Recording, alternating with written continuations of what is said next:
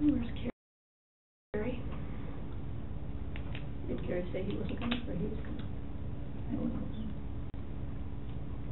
All right, it doesn't matter, we can get going. I'd like to call this meeting to order. The first item on the agenda is the public input period. If there's anyone in the gallery that wishes to address council this time, please come forward, state your name, and you have a couple minutes of our time. Please come forward. Hi, I'm Gerald Savard. Still here about the problems we're having with the speeding on Thompson Avenue. I talked to, I sent you a letter. I talked to the RCMP. They said they don't have the manpower to do what we want. I've been monitoring them a bit. They are coming more, but it's not enough to slow the traffic down. We need to put the speed bumps back in and maybe a stop sign on Queens. We need to do a monitor of the situation so we can get it under control.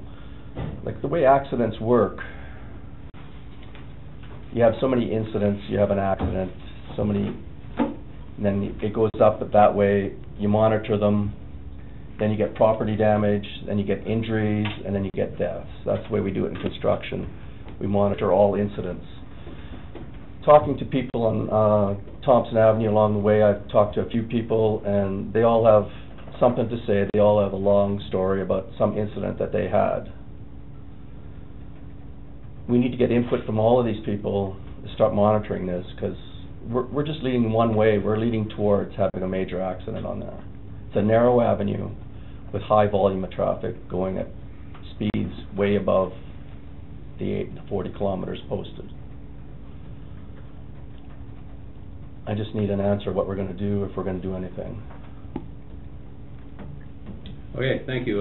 Public input period is not a time for council debate, but I will tell you, and I know I'm sure you're aware, you mentioned that you contacted the RCMP. The RCMP has also been in contact with us, and the RCMP will provide council with the result of their findings as they're operating right now on with retired Corporal Stockmansky on the job. So. Yeah, I was talking with Sergeant is it Rolton? Houghton, yeah. Now, we need more than just their input on it. We need the people's input on it too. I mean, they're not there enough to really monitor and see it. Okay, like I said, public input period is not, if you wish to come to council as a delegation, you'd be more than welcome to talk to Tracy. You can come as a delegation. Okay. This is public input period, and we really don't debate a public input period. Okay. But I will assure you, and I guess you're aware, the RCMP is aware of the issue, and the RCMP would be the enforcement body, and they are looking into it, so. Okay, thank you. You're welcome. Is there anyone else that wishes to address council in the public input period? Seeing none, move right along.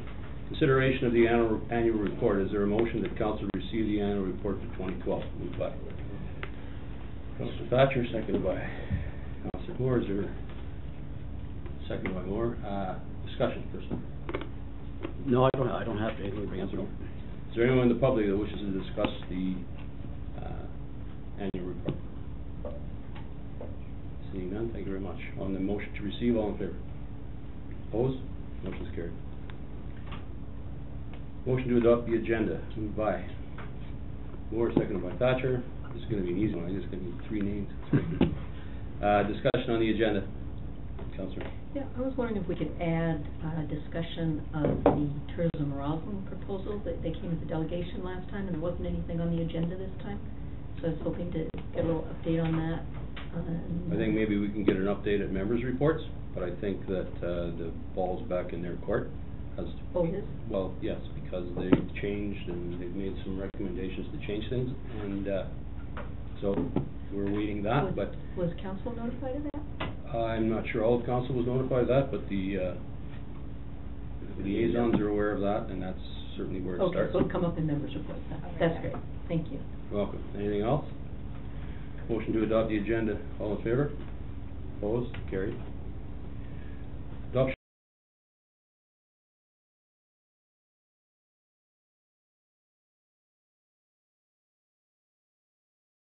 of council minutes. The minutes of the opposed? Carried. That the minutes of the special meeting of council of the 27th be adopted. Moved by Thatcher, seconded by Blumey. Discussion on those minutes. Seeing none, all in favor? Opposed? Carried. Petitions and delegations. A delegation from the city auditor to present the report to council. Good evening. I'm the Hi. senior manager on the audit. I Yes. think you all remember me from Yes, last year. of course. So the audit report was done in the annual report. I understand that Cecile's already presented the financial statements. They've been approved. I'm more here to answer questions, and I can quickly go over a high level on the financial Sure. statements in order to give my elicit questions. So I assume you have them in front of you, or copies of your financial statements.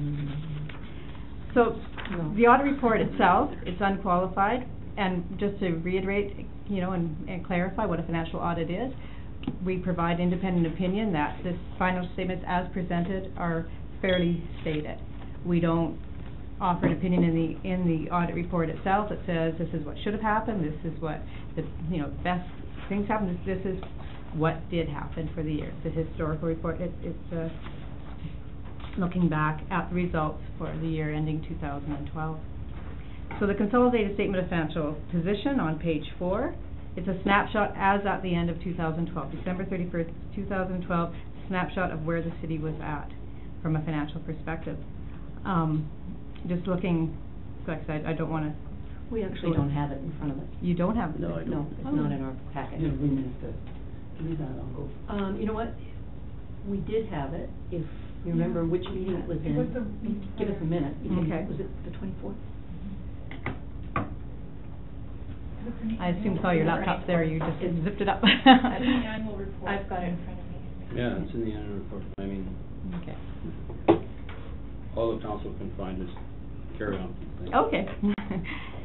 So the snapshot at the end of the year, it lays out your financial assets, your liabilities, and your net debt as at the end of the year on a consolidated basis. Consolidated meaning your general fund, your water fund, your sewer fund, your reserves.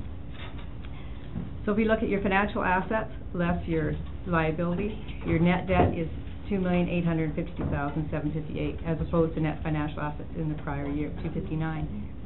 And basically this is simply what your financial assets, meaning your liquid assets as in cash investments, or fairly liquid as in receivables, less what the city owes.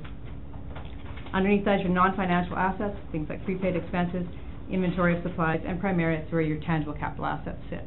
So those things are not easily accessible. So while you're in an accumulated surplus of over $40 million, substantially all of that is tied up in your tangible capital assets.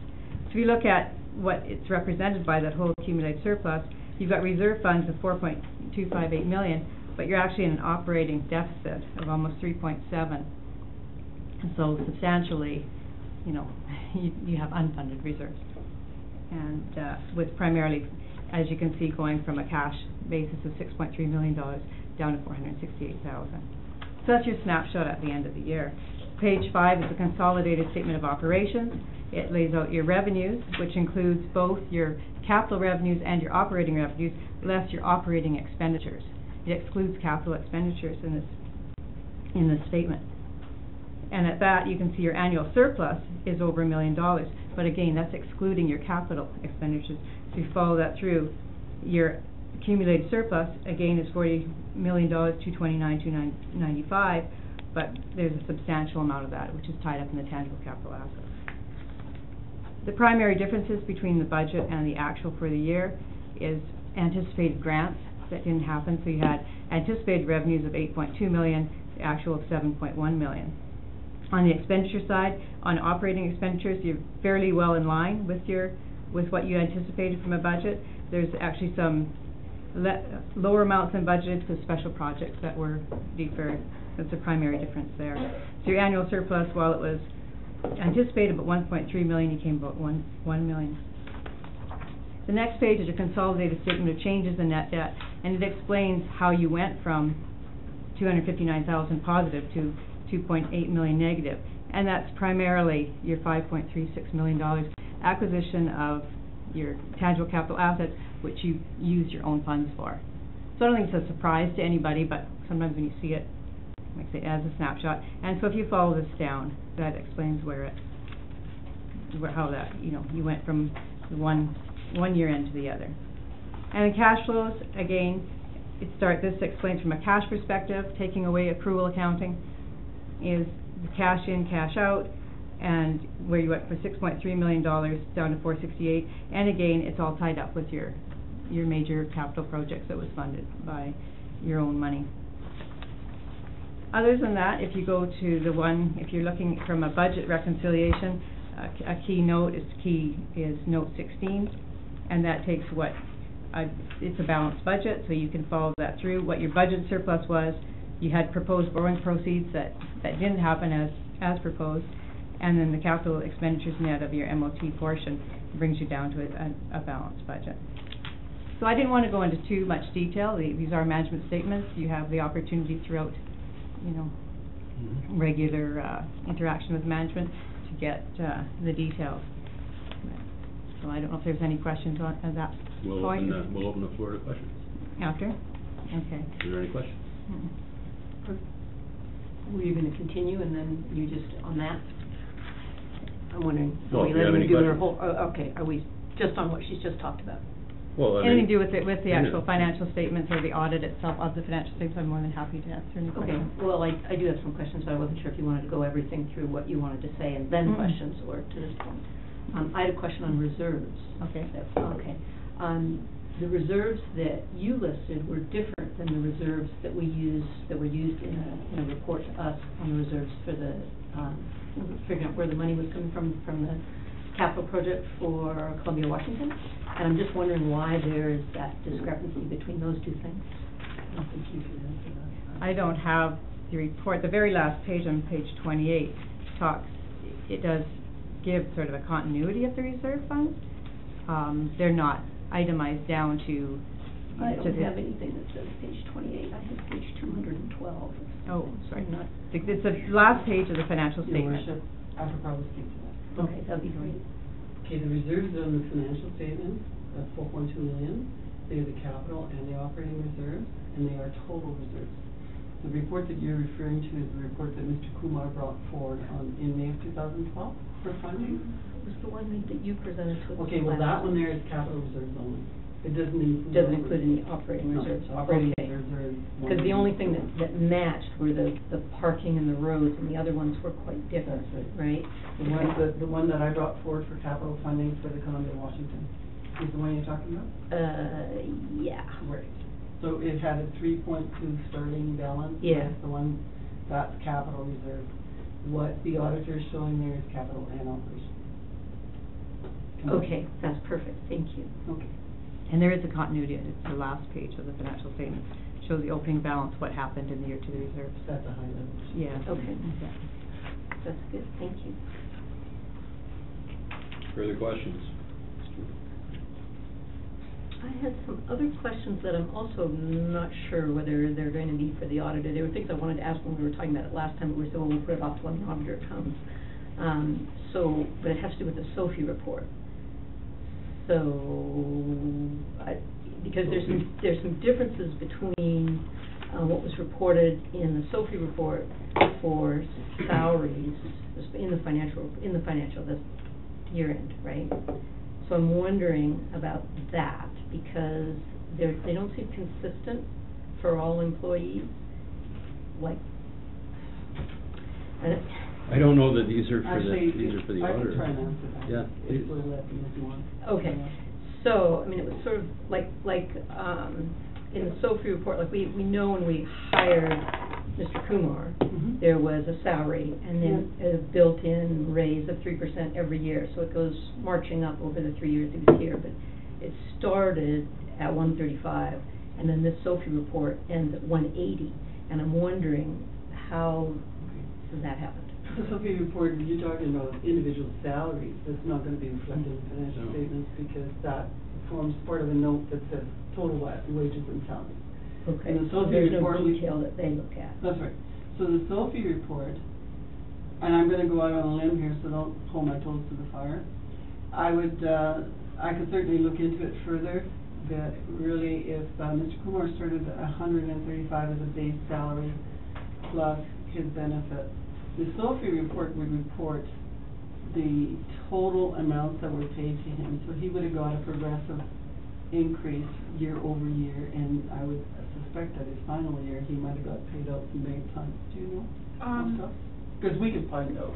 Yeah, your worship, Yeah. to the council, that would have included the payout of vacation and banked overtime, Yeah. and it also includes any expenses to, Okay, so the, workshops and Yeah, I just- LGMA. I but think- that would be in expenses, not in the Yeah. salary portion. Yeah, The but sal- it's lumped together. Okay, but then for some of the other employees, I mean, this thing that's confusing, and maybe my request should be just, I'd like a sort of a breakdown of how that happens, because if you look at, one of the senior managers, it looks like it's just their salary, no benefits, no nothing included in where it says salary on the SOFI report. And then for others, it seems to include that amount, so it seems to be inconsistent of how it's reported, and I just don't understand how that happens. I think we should focus on The the financial, but audit if I report. could just say one more thing for clarity, your worship, and then maybe we don't have to bring the SOFI report back if we need to, we will. That would be the case in the case of Mr. Kumar, where he was paying for his own benefits, his salary would show up as higher because he was paying for the benefits. The SOFI reports get reconciled back to T4s, whatever cash. Okay, when I had questions, these SOFI questions were actually for before, and I said, well, I was told, well, we're gonna talk about this when we have the auditor here and all that, so I don't wanna keep having it get pushed off to some other time, right?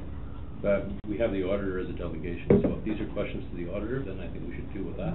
And if there are questions for our staff or whatever, we can deal with that later. But right now, we're Okay. dealing with the auditor, if that's Okay. okay with you. Okay, well, yeah, no, it's fine, I just wasn't sure whether, because these things had to do with the finances of the city, whether the auditor had looked at it, but it sounds like he didn't, it sounds like you're just I giving a didn't lump review the SOFI number. report. Okay, a lump number for that, okay. All right, then I do have a question, there were some letters that were sent. And that's my next. That's on there, All right. okay, good. So yes, so as there's two separate issues. First, from a financial statement perspective, we report on what did happen.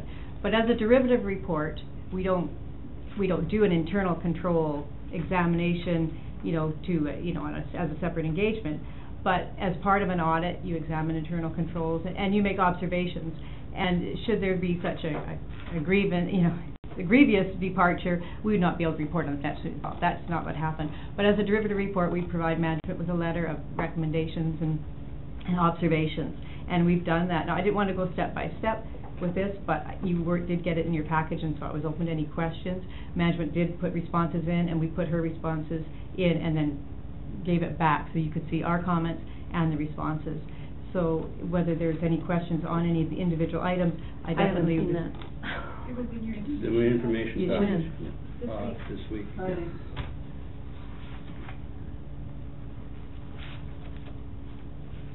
So there were several points made, and I have a copy, should I do a When was copy? that sent, just out of curiosity? Well, Sign off you on can- Friday. We signed off on Friday. Yeah, We got because the sign. usually when we get things in an information package, it doesn't come on an agenda, we don't get it to be considering until the following meeting. So I often don't even look at a Friday information Well, package for a Monday meeting. Apologize, Counselor, for you not getting the information package or reading it. I mean, I read it. Yeah, no, I realize that now you can say I got it, but as a general practice, we don't cover anything on an agenda on Monday that comes out of the packet on Friday. Or if we do, I would hope that someone would have mentioned it. It's usually the next meeting, the following meeting. Isabel there. Worship, it will be coming forward on the next meeting. It says we have the delegation by the auditor tonight. Okay, it just would have been nice to have had the auditor's management letter and the response. We did not get that in The time for the auditor would see it. delegation. We didn't get it in time for the delegation, but the Okay. information is provided to council. Okay, thank you. You're welcome. Do you want me to go through any of the points? or Yes, just please, wait? I do. What points? I have a copy unless you want to quickly. Well, go through you it. should have it No, I won't on. read it now. I'm sure I have it. I just Yeah. didn't realize it was going to be in tonight's package. So if you want to talk to it, that would be great. I don't know how much detail you want me to go Exactly. through. I think- Yeah, Is it possible to give Ms. Moore the opportunity to read that we get the auditor back? Well, Your Worship, Otherwise, we're gonna be, I don't think that we need to bring the auditor back. Certainly, I think we can speak to all of those, and if Ms. Moore would prefer to speak directly to the other two, then we can look at doing that, That's fine. right? That's, I think most of them are fairly self-explanatory Yeah. if you read them, but I certainly, I don't mind having questions emailed to me or our phone conversations if there's any clarity as well. okay, is that all Just right with keeping in you? mind that it is a public meeting. thank you. Okay. Was Joe, I don't know if Jody had a question? So, I was just going to say that they're quite well explained, Okay. and, yeah, I think we have questions after discussion, we can just do that at the time. Okay. Anything further for the other? Seeing none, thank you very much for your Oh, I've got presentation. one more Oh, question. I'm sorry? Under section 172 of the charter, it says if a complaint is made under section 1 of, to the municipal auditor, the auditor must give notice of the matter to council, must report to council the subject matter. And so you received a second letter. I'm not sure, did you not get that? Okay. And it is response under that section, and I was here to, you know, Speak to that? speak to it if there's any questions on it, keeping in mind that it's a, Some of it's the- very detailed, and it was more of a confidential matter, but, if there's any questions general without bringing up any of the, specific names, I would answer to it. But if not everybody's had a chance to read it, then I'm not sure. I think maybe we better be best, as to confidentiality, et cetera, I think the best way to leave that is to, leave the individual questions unless you have a better suggestion. Well, no, I think that certainly speaking to some of the issues is fine, as long as there's no names brought up, because there is a All right. confidentiality issue. I'm good for that. There. I'm just concerned about the people involved, namely the person who requested the information, and I think that we should be publicizing that. It's definitely, freedom of information. Am I right? But to speak to some of the questions that were asked, I think that's fine. Let's do it then. I think a lot of it is, it was found that we were doing just fine, so I think it's perfect. Okay. Well, I'm fine, if you're fine. Yeah, then we're I fine. can do it. I'll leave out names that when I should. So there were several letters, there was 5 letters. And our obligation is to report to the subject matter, which we have done, but, you know, we're not obliged to answer every question in good detail, or you'd be engaging us for a whole other larger engagement. However, we did take a significant amount of time to go through the concerns as part of our audit. And so I'll just go through each of the 5 letters very briefly in a general sense. So the first letter had to do with the investigation into with the arena project. Now that's been rehashed several times. And similar questions came last year, and we did respond to that. And because I understand that there is further, you know, investigation going on in this matter, you know, other than what I've written in the letter, I didn't feel it was appropriate to take that much further. You've already taken those steps to take this to the next level. And you can read the wording in the letter to that. One of its questions was, does the city have a process to formally reallocate unexpended funds following the completion of a specific project? Does the city have a process to ensure that capital projects are properly authorized and budgeted before they're started? Well, those are fair questions. We didn't identify any process in place to formally reallocate unexpended funds. Section 165 of the Charter provides the outline for authorization for expenditures, including capital. Council may wish to consider a policy to supplement the financial plan as a guide to management in this regard. And I thought that was a fair question. What does happen when you've got unexpended funds? And so that was fair enough. I didn't see there was necessary, you know, there's no mandate that you have this in place, but I thought that was a good suggestion. Does the city have a process requiring confirmed GHT, HST registration? There was concerns with if a company puts on a GST number and it's not legitimate, where does that go? Now, there's no formal process in place. It would not be practical for your AP clerk to be verifying everyone. And furthermore, when you check with the CRA website, unless that name has been registered identical like that, many businesses do names under different, it's always going to come up negative. I tried many legitimate businesses, they come up negative. So it would not be practical from that standpoint. However, it would make sense under larger contracts to verify that. Is the city eligible for a GST rebate for the amounts paid to this company in question? And did they receive such a rebate? And yes, the city did receive the rebate.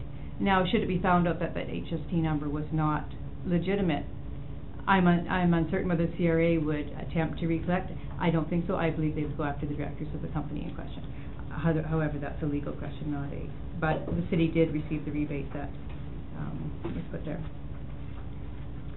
Another question that he had in this regard in the same letter, does the city have a process to ensure that all contracts issued by the city follow the requirements of the purchasing policy?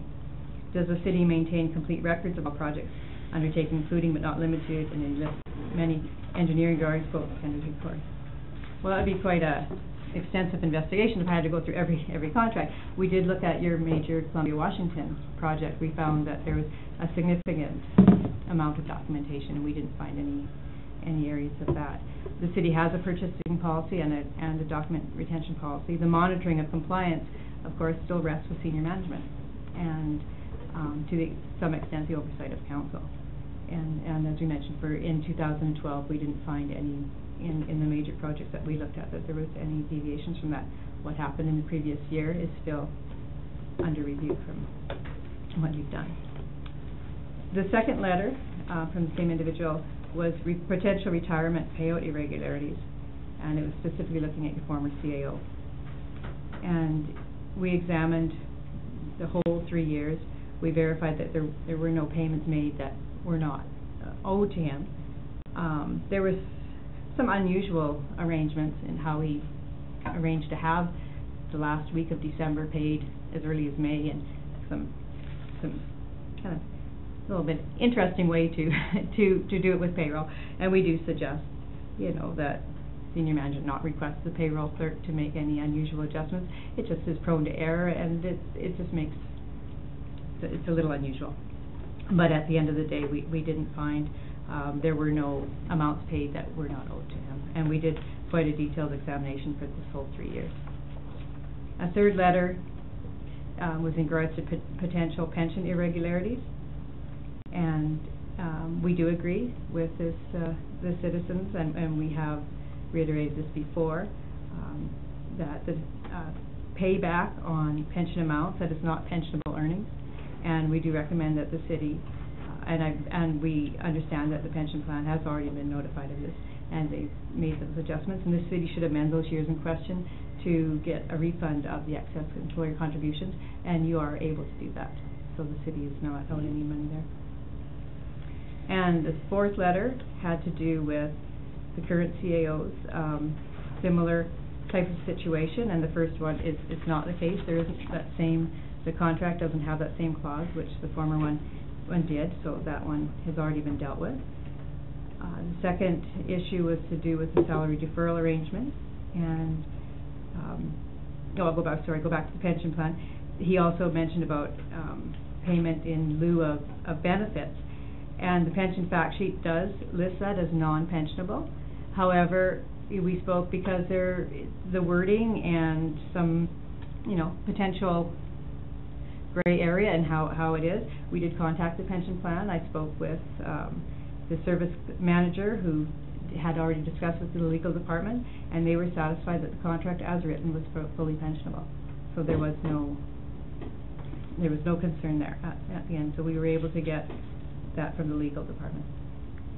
And the salary deferral arrangement, we do agree that under the CRA rules, it seems like a reasonable thing to do, but the CRA doesn't agree. Salary deferral arrangements for this particular type of a situation are not recognized, and the T4N amount should be in the year of the service was given, not when the payment was made. And we've already discussed this with management. And the last letter had to do with unauthorized salary increases, and we suggest that it's more of a legal matter than a financial, primarily because it's dissecting the delegation bylaw, and there's just too many fine hairs to that we would make that comment on. It's definitely illegal. We do suggest that you take the necessary steps to ensure that proper authorization is documented. But we can't give a legal opinion from our auditors. Thank you. So I think that- Sorry, Ms. Arden, did you want to? That's all right, I was just going to Oh. say that we have got a legal opinion on that, and we will be bringing it in camera. Okay. Okay. So that covers it, and I have detailed it out in more, and you do have a copy of the letter? Yes, Okay, yes, I good, do. because I did bring copies as well. So I'm here to answer any questions. I know I've maybe gone over it fairly quickly. The letter is a little more detailed. Okay, is there any questions? Let me have 1 minute, just because you did answer a bunch of the questions that I had, because Okay. I didn't realize that was there. Let me just see if there's anything else. No, my other ones have to do with Sophie report. Thank you. Okay, thank you very much. Yep.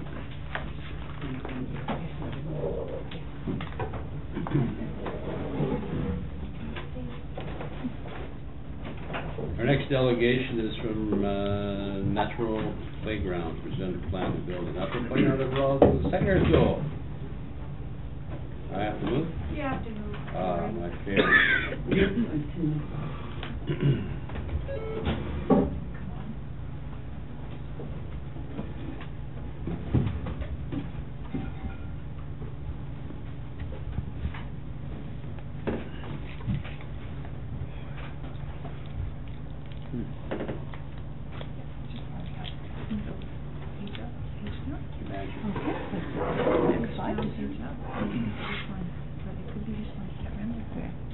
Down is probably. Yeah, there, maybe. It's a bit dark. Okay, great. Okay, my name is Kaylee Mulholland, and I have a much lighter matter to bring to council than talking about finances, so hopefully this will stimulate your imaginations and we can spend the next 10 minutes talking a little bit about some ideas for the playground at Jubilee Park. In the last couple of months, a number of parents and I have met to brainstorm ideas for a natural playground on city property, which is the Jubilee Park, because as all of you know, the McLean is closing, and so there will be primary students at RSS this fall. And at the moment, there really isn't a lot of primary appropriate play space for the kids. So this evening, I'm going to talk a little bit about what a natural playground is, why we might want one, and then I'll show a few pictures of what natural playgrounds look like, because you're probably sitting there going, well, what is a natural playground? We pretty much live in one here in Rossland, because we've got wilderness everywhere, but what would one look like at the park for the kids? So we'll talk about that, and then after I show you a few pictures, I'll present some practical considerations. And my expectation for this evening is just to present to you some fun information so that you can know what we're talking about when we say natural playground, and I understand you will have an opportunity to discuss this in 2 weeks, and we're not expecting you to commit to building us a natural playground. So I'll get to the details of how the community might be able to collaborate with the city, but for tonight, just maybe suspend all of your considerations about how expensive this might be or how long it's going to take to do it, and just think about what it looks like. So a natural playground is, oh dear, I must have pushed the wrong button. Okay, so a natural playground is a playground that's built out of materials that are found in nature. So this could include anything like rocks or logs or piles of dirt or pathways made out of natural materials like tree mulch. And they're selected and arranged in a way that provides a really imaginative, open-ended play space that has some complexity, but that is appropriate for the age of primary kids. So we're not talking about building gigantic, huge features like you might see at the terrain park at Red Mountain. We're talking more about smaller scale things that kids can skip over and hide behind and run up and balance on. And the idea about natural playgrounds is that it really stimulates their motor skills. Because there are so many neat natural textures and patterns, there's just a lot of opportunity for creativity with these types of playgrounds. There's been some research in recent years about the health benefits of natural playgrounds as well. There's some indication that children are more active. Now, I don't think that's something we really need to worry about in Rosslyn, because I've seen kids playing in the McLean Elementary playground, and they run nonstop. And in fact, a lot of the things that I'm imagining look like what they already have in McLean Elementary. If you walk by there, there's all sorts of little nooks and crannies where they can slide down in the winter and climb up hills. There's a few rocks. They've got some trees. So really, it's just looking at how we can create something like that for them. Yeah, I know. It's okay. I'll just keep talking. I'm sorry, but I think the bulb burned out. I think that's what's happening. That's why it went off. That's why it went, and that was the end of it. So Well, I that's apologize. extremely disappointing, because I want to show you pictures. But you know what? I can definitely. I think what. Okay, I'll keep talking, because, you know, I only have a limited time here, and I'm happy to send you pictures. So if you would, you know, be willing to look at the pictures. Okay, I'll send the presentation on, and then you can see. Please. Yeah, so I'll just keep talking. So, the number of natural playgrounds is really on the rise. This is a hot way to design playgrounds in all the big cities across the country. Since 2008, over 150 natural playgrounds have built just by the one leading company that is a design-build company specific for natural playgrounds. So it's a very popular thing. And if you go online, I will provide you with a lot of resources so you can do your own research as we get into this. So, We could, you want to move forward? sure, I can go anywhere, yeah. And we can just You guys scurry can just around. cover. Yeah, I guess since Sorry, there's not very many people. unconventional, but where would you want? Just, Probably okay for you guys. yeah, they don't need, they're just. Okay. I Great, can that'll be on the screen. I can send you. I can do a PowerPoint presentation out tomorrow for Sure. everybody that wishes. This screen will be, thank you for gathering around us. Oh, this is great. This is cozy. Yeah, I know. Okay. So now I'm gonna get Wish you into. guys could see this, it's fabulous. I'm going to get into the nuts and bolts now of what natural playgrounds look like, and all these photos are from examples of other natural playgrounds here in Canada and the U.S. So I will go through a bunch of different features, and it's important to remember these are just ideas, and we would have to do a site analysis of our own site to see what would match the topography there and the resources we could get, and then we can mix and match these elements to create our own unique and appropriate natural playground. So you'll often see paths and borders. Paths are meandering, they're made out of wood mulch chips, and borders, they have maybe some logs or rocks, and there are also earthworks done. So in the grand scheme of the design, you'll think, okay, we want a mound here, we want a little valley here, and you build up. It's like a little mini environment. You know, if we were to scale up to the mountains, so you just shrink it down for the kids to their scale. So here you can see there's just been this mound of dirt that's had turf covered on it, or here's a mound that has some interesting shapes for climbing up in. And then you can also integrate rocks into the structure. This is actually an outdoor classroom, so it's designed as an amphitheater, so kids can come and give plays and presentations, and teachers can teach outside, which could be a benefit of this type of playground as well. This is at the the Waldorf School in Nelson, I think. So are those actually rocks, or are they sort of an acrylic? No, they're real Sort of a rocks. mix-up. That's the thing Okay. about about natural playgrounds, is that, and there's so many benefits to this because they're free. You can buy fake rocks, but they're way more expensive, like a lot. They cost tens of thousands of dollars for fake rocks. Who would have thought? So we also might have stationary logs. These things can be installed into the ground, either horizontally, like really heavy logs that would never roll over, and then kids can climb on them, and they need to be suitable for the fall height. I'll get to safety and stuff after, but they can also be installed vertically in the ground for balancing on or for sitting. You can have stationary rocks as well, and these are, again, boulders of various different sizes fixed in the environment. You might see living structures in some of these playgrounds. So these are willows that have been planted into the ground and then they grow. So they're actually alive. So during the summer, once this is a mature structure, this will be an archway that's all covered with leaves. And you can make an archway going into the playground. There's all sorts of different shapes. And then now we're getting into the higher end. This is the sort of, there are two features that are often, that you want to buy from a certified company that's offering these, or carefully design them. So a climbing wall, which is, this is a very small thing, and it's not vertical, it's more on an angle.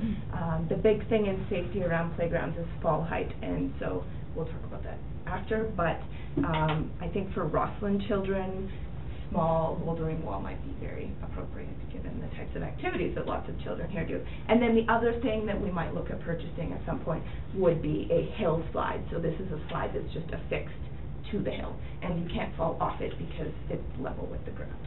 So that's it for the pictures, and I will send that to you. So now I'll talk a little bit about the practical considerations. We could build a natural playground that follows the CSA standard for playgrounds, and so the CSA standard is a set of guidelines, and it's just a matter of building to them. And other natural playgrounds have done this, and there's some good resource documents out there to help us in that process. And of course, for you as the landowners, the big issue would be whether or not the playground can meet insurance requirements. And then in the design process, we need to think about seasonality, you know, where does the snow get dumped, water pooling, all these sorts of things that happen because of the environment. And as the landowners and maintainers of the park, building something that's really low maintenance would be a priority, because you don't want to keep sinking money into it. The idea would be to build something that's not going to cost a lot in the long term. Okay, so now we're just getting to how this might look like. First of all, I just want to say, like, we're on a really short time frame between now and when primary kids actually go to RSS, and so what I'm talking about now is a multi-year plan. I'm not saying, like, hey, let's stop everything and build this for the rest of the summer. No, this is something that's going to happen potentially over the next few years, although we might consider doing some sort of pilot project this year, a very small area.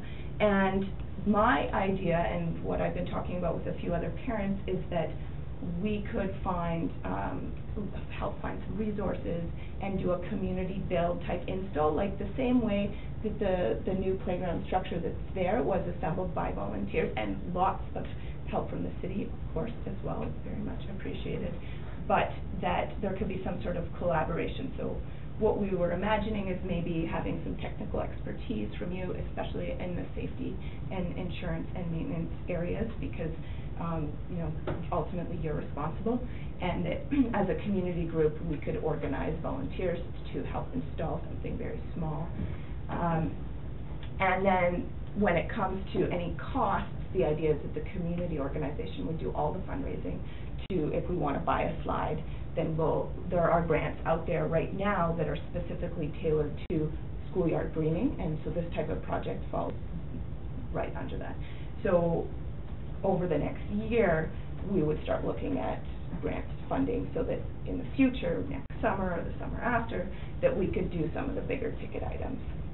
Were you thinking of having some overall schematic plan drawn up and then build to that? Yeah, that's great. So that I can answer that question. We're looking at a map here of the playground. So here's the fence. You can't, well, you can see the colors a little bit. This is the new play structure that's been installed. There's already some neat rocks and stuff over here, and of course these discussions have to include the city as well, because there's discussions about traffic flow and parking, and we were talking about that at a parent advisory committee, and the principal was there, and she's definitely interested to discuss how we could make something like this work. So there's definitely many steps to this project.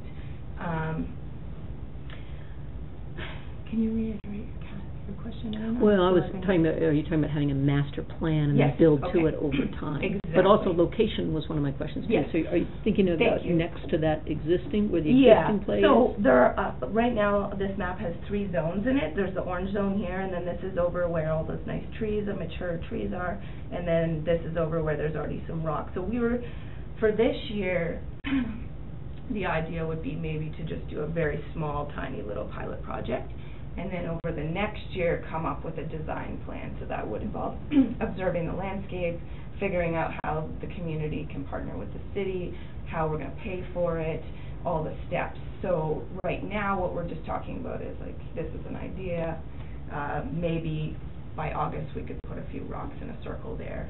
And then over the year, it would be great to get some of the to draw on some of the expertise from the city. I mean, not you, from across the city, you know, like, there's lots of parents, kids there who are engineers and architects and all, you know, there's lots of And expertise. contractors. And With contractors. heavy moving equipment. Yes, and I know, you know, there's definitely people with dump trucks that would be willing to help on this. Okay, so, I'm gonna wrap things up, because I'm past my time, I'm sure. I'm gonna send you a follow-up package, maybe I will send all the counselors a follow-up package. And I hope that next time you get together, you could discuss maybe supporting the idea in principle, so just, yes, we think this is an interesting initiative, and maybe agreeing to allow staff to meet with us, to give a bit of technical expertise so we can move forward, and then maybe approving a very small-scale pilot project that has a very limited number of staff help attached to it. And then we'll come back sometime next winter with more, after we talk to city staff, we'll figure out what they need from us, and then we'll go and do the work, we'll do research, and then we would come back with a more concrete plan. But you were hoping for some small things before the kids start school this year, if It's an possible. idea, and I know that the time frame is short, Yeah. so it would be a matter of talking to the city staff and see whether or not, like, how simple could it be? Could we get a mulch pathway and a rock and a boulder? I mean, you know, to me, that's something that I think could happen if we line things up in a good way. And I understand that you are, you don't want to spend a lot of money on new projects, especially parks. So I just want to emphasize that my goal and the other parents I've been talking to would be to really help with the fundraising and the labor to make this happen. So Great. with that, thank you Is there very any, much. I have an observation, does anyone else have any questions? As one in my former life who mitigated risk in playgrounds and took all the courses and all that stuff, when you mentioned rock, I jumped back. I saw the slide that you said was built into the bank, but I also saw the outfall was this high. I don't know what the height under the slide was, but I know that if it isn't, you have the templates that you put, and I know where kids' heads get caught, and I know all that stuff. Yeah, And exactly. it's a significant risk factor that the city would take on by building playgrounds out of natural materials. And you mentioned fall areas. That is a significant, of significant importance in any playground. Yes, is absolutely. the fall Fall area height. and the design of the materials under that. Yes, fall area. and mulch is 100% approved as a fall. Mulch is one, but the new playgrounds now are using the rubber. Yes, so And this the reason for that is that it again reduces the risk to the municipality. So I commend you for your efforts, and I think that there is value in this for sure. I think the other thing that has to be looked at from the city's perspective is risk. Yes, absolutely, and I'm with you 100% on that, and ultimately your insurer needs to sign off on this project, and that's why building the project to the guidelines set out by CSA would be a priority. Absolutely. Okay, thank you very much. You didn't have to be a furniture mover too. And apologies for the bulb. Sorry, better luck next time. No, you did well for. Yeah, Okay, thank you. thank you very much. Thank you very much. Unfinished business. Is there a motion that council provide a letter of support to the rural BC strategy? Moved by Councilor Thatcher, seconded by Councilor Moore. Discussion. All in favor? Opposed? Carried. Request for council decision, appointment of a key contact. The council appoint the chief administrative officer, chief financial officer as the key contact person to liaise with the Auditor General of local government. Can we move over to that? Moved by Councilor Moore, seconded by Councilor Blume. Discussion on that. Yeah, I have a little bit of discussion on it. I think that's great. When we looked through the process that they gave, that little chart, you know, that was initiating the audit, and I would just hope and imagine this would be what the CAO would do, be to give us like regular updates on what happens with that monthly or something, of what's going on with that, just so we know what's happening.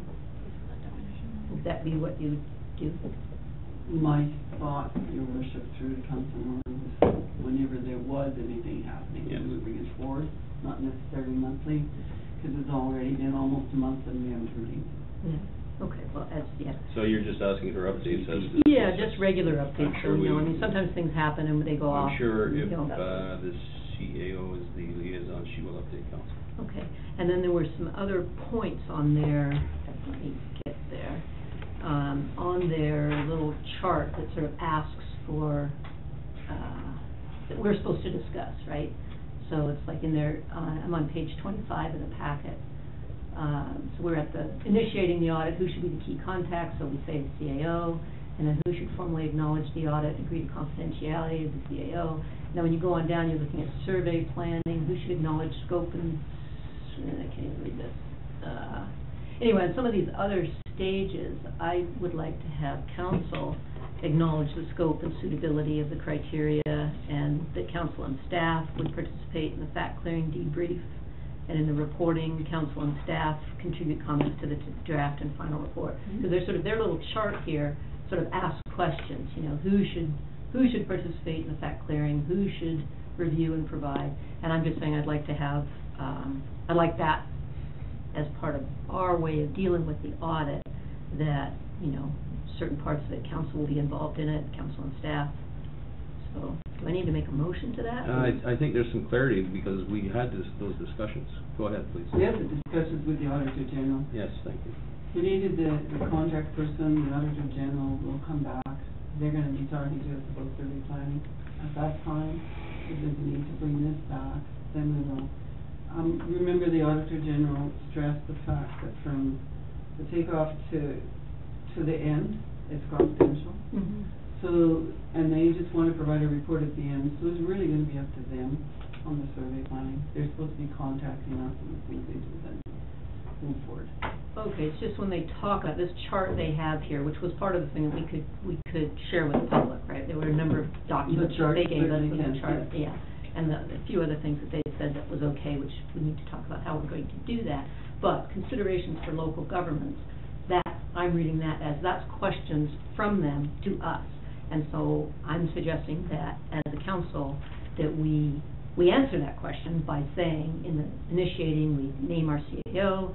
In the planning, we say, you know, that council also has a role. It's not just, I don't want to just have it be that we name the CAO and then we have no role in this until the final report comes back, because that's not what this, it's not the questions that they Your were worship, asking. I think we can just clarify it when the auditor comes and they tell us what their survey looks like. We have no idea yet what to expect. That's This is not a council, No, this not. is a, This is the the Auditor Auditor General's driven. ballgame, not ours.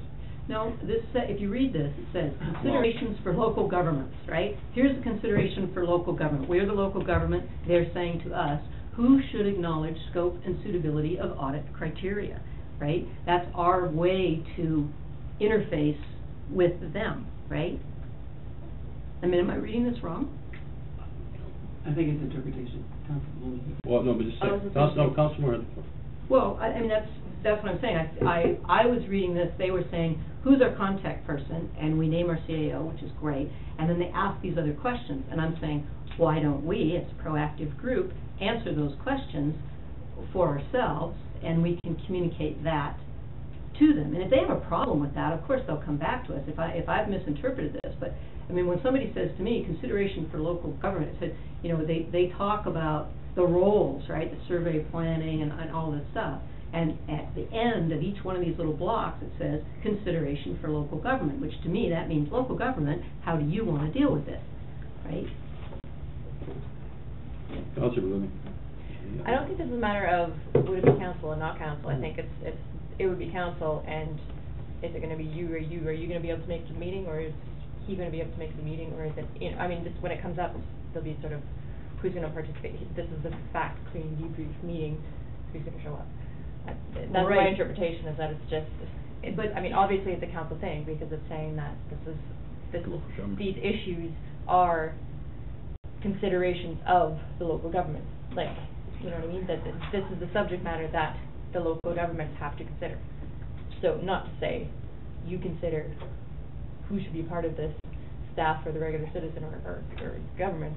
It's saying that these are the sections, when we come to the sections that are to be considered by the local government, then, you know, who's going to be part of that discussion with Yeah, I don't think it would be within this hall. Just one block at a time.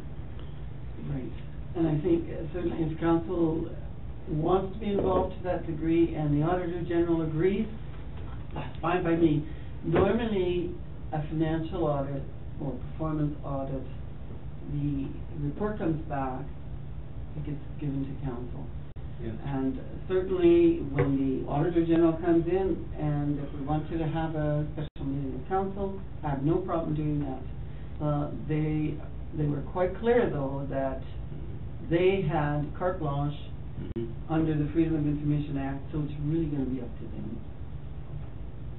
Yeah, To me, it's a wait and see, and as their soon as show. we hear from them, I will let you know what they're wanting. Okay, so, does that answer your question? Because I know it probably doesn't answer totally, but I think we aren't appointing the CAO to usurp council. No. What we're doing here is appointing the CAO as was asked for by the Auditor General. Right. That's what we're doing. We're answering under the initiating the audit. I'm just reading what's in front of me here, and it says, considerations for local government. Who should be the key contact on the audit? They're asking us. We're answering them, Yes. our CAO, Yes. right? So now, when you go down the next thing, considerations for local government, right? And we could say at that point, who should acknowledge scope and suitability of audit criteria? We could say the CAO, but what I'm suggesting is we say council and staff, right? That's all I'm saying. So, you know, I mean, I'm trying to wait and see to the next thing, but I didn't think this was rocket science. I thought this was just laying out of these answering the different questions that they have put forward on their phases. But if we want to answer them one at a time, that's fine too, because you're right, they may have a different. I have no idea what. I don't even think they have an idea, to tell you the truth. With the new kids on the block. Exactly. Anything further on the appointment of the CAO, CFO? On that motion, all in favor? Opposed? Carried. Can I make one question, and then on a corollary point on the same thing, is that we were going to communicate to the public about this. We talked about it when the AGLG was here, of what was public and what wasn't, because we know there's certain things that we can put out to the public, and one of the things we were going to put out to the public was the fact that from here on in, it's all confidential, it's not subject to freedom of information, so there would be no point in people asking, but we were going to communicate that to the public, and we haven't yet, unless we're just going to rely on the press to do it, which we can do if that's our choice. But my question was, are we going to do something like a newsletter to the public or an update in some way? Yes, please. Your Worship, quite honestly, I think this report is a communication to the public. We can certainly put it on the website. We certainly trust our media to perhaps, to do that for us. That would be great. And we can leave a copy at the front desk if anybody wants to read it. It's what's going to happen is open to the public, absolutely. This is open to the public, but that's about it. And I think it's important, and thank you, Councillor, for bringing that up. I think it's important that we note that this isn't the choice of the City of Roslyn. The City of Roslyn probably would rather have this as open as possible, and maybe it is as open as possible, but it's the Auditor General that makes the rule that this is that this process is confidential. The Auditor General, not the City of Roslyn. Yeah, and that's the point that I think is important to communicate, but also, so there are people in the community who are interested, and so that they know what the stages are, like this little chart, this and that. And I think it's great if the press will pick it up.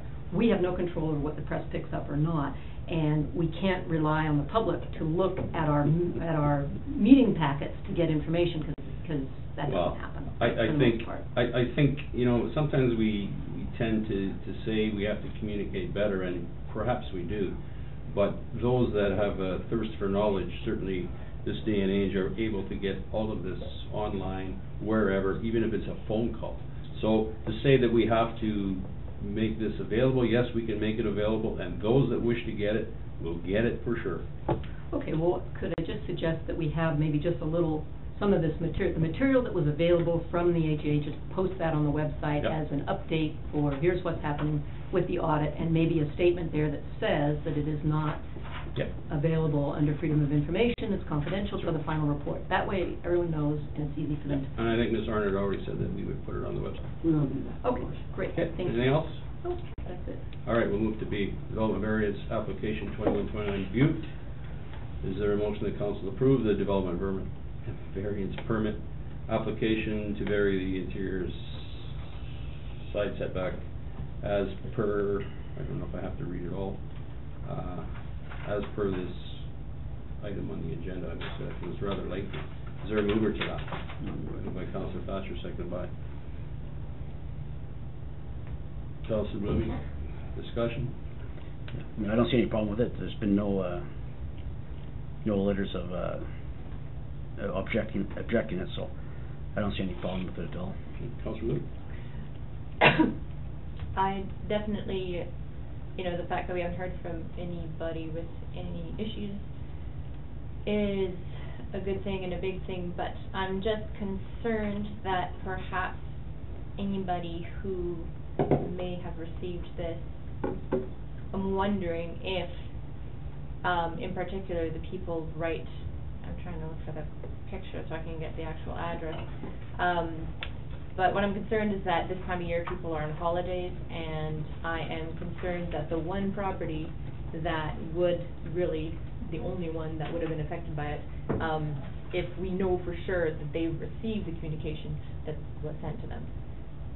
Is there anybody knowing? I don't know if there's any, which, have you got the map there? Yeah, it's, 2141, I guess it would be, eh? Yeah, 2141. Yeah. 2141, and I think if that's the host, I think it is, that's a family that is retired out of town a lot. 2141, yeah. That's with the large yacht and the lot, sorry, and that house is right on the property line? Mm-hmm. Yeah. Yeah. Yeah, so I mean, I'm sure it's not an issue, but it just that potential communication issue is an issue for me then. And I don't know, I'll ask if I can ask. Your worship, through the council, those letters are sent out in ample time for people to respond, and they're given all the contact information to respond by email or phone, and we have not received anything. Okay, and when you say ample time, is that weeks or months or? I think Weeks. it's a statute that says how long you have Yeah, to do it. it's legislated, I believe it's 10 days, I'm sorry, I'd have to look it up. But I mean, it's certainly the city's followed the legal process.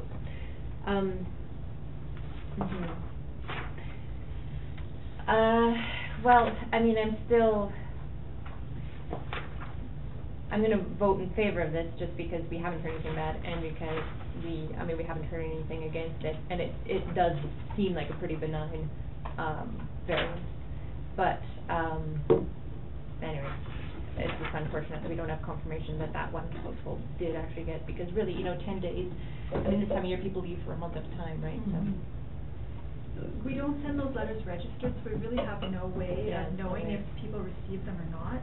Mhm. The only way we know is if people respond to us. Right, okay, I was hoping that I could, just by luck, get confirmation, yes, they know about it.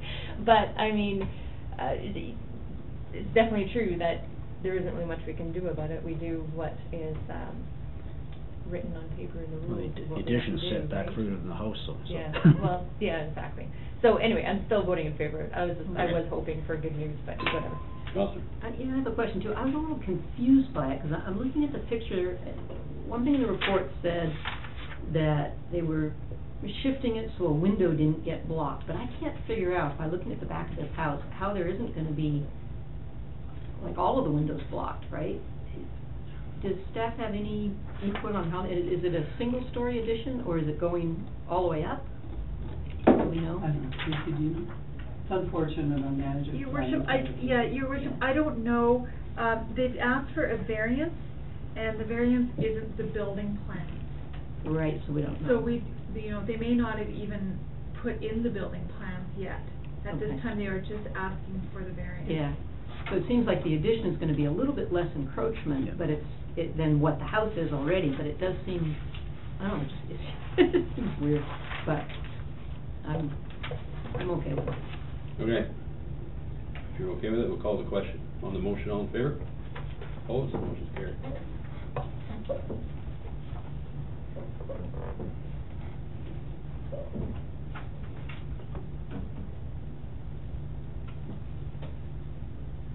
Item C, I need, 5-year planning process direction for staff.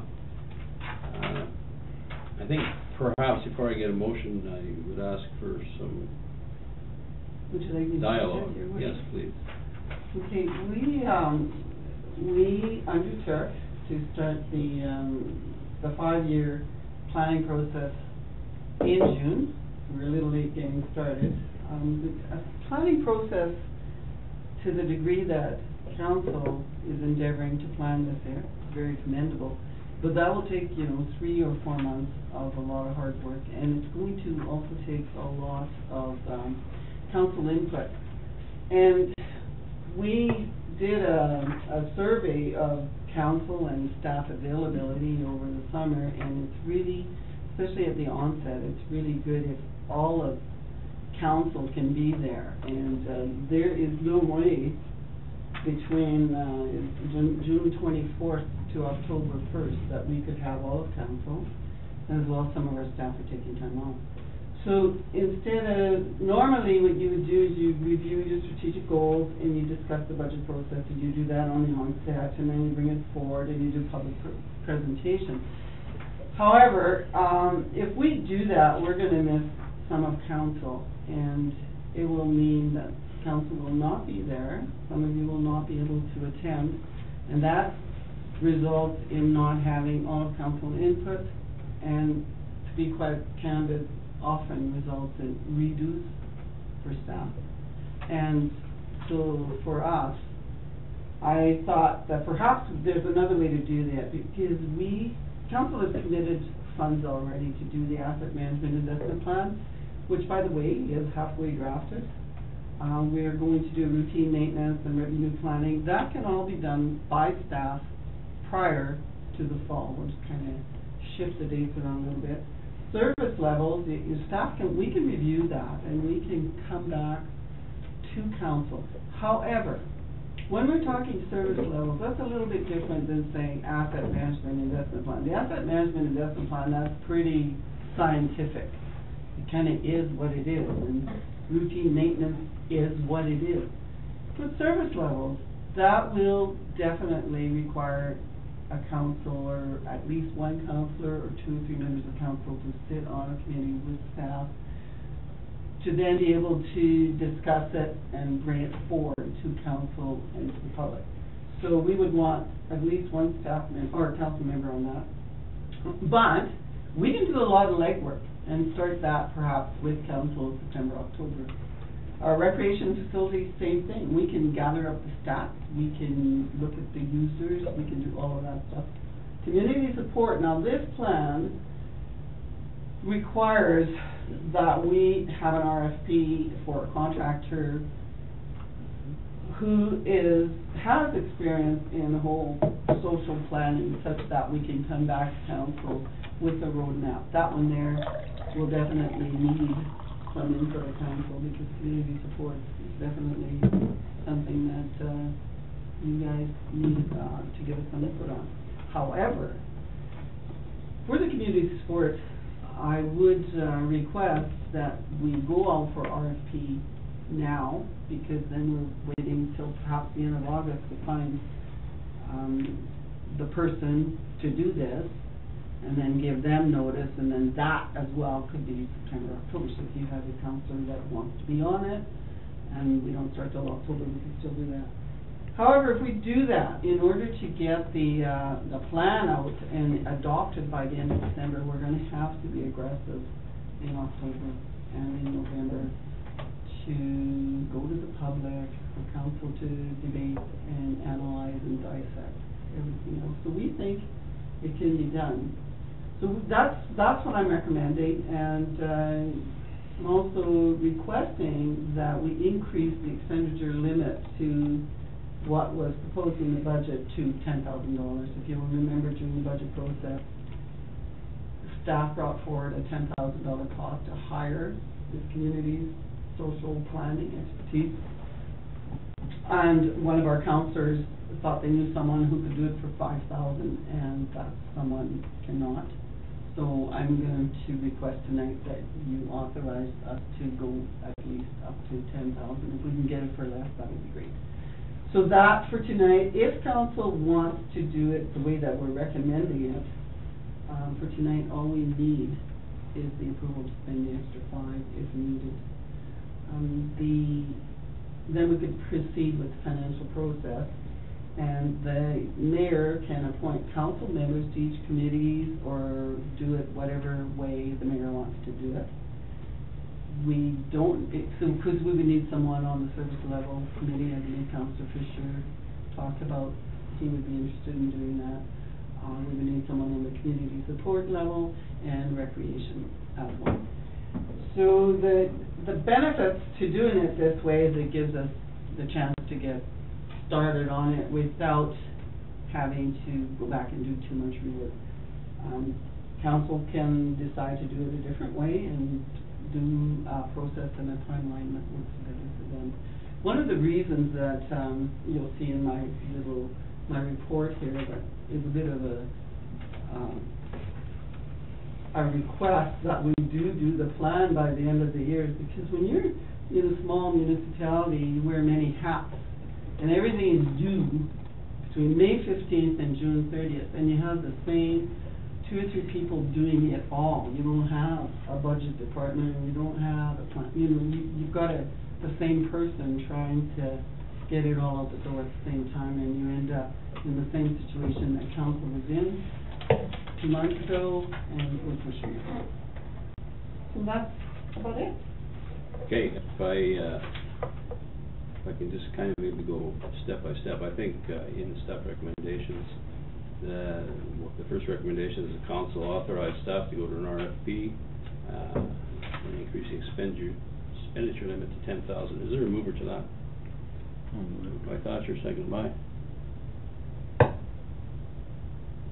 Louis. Discussion.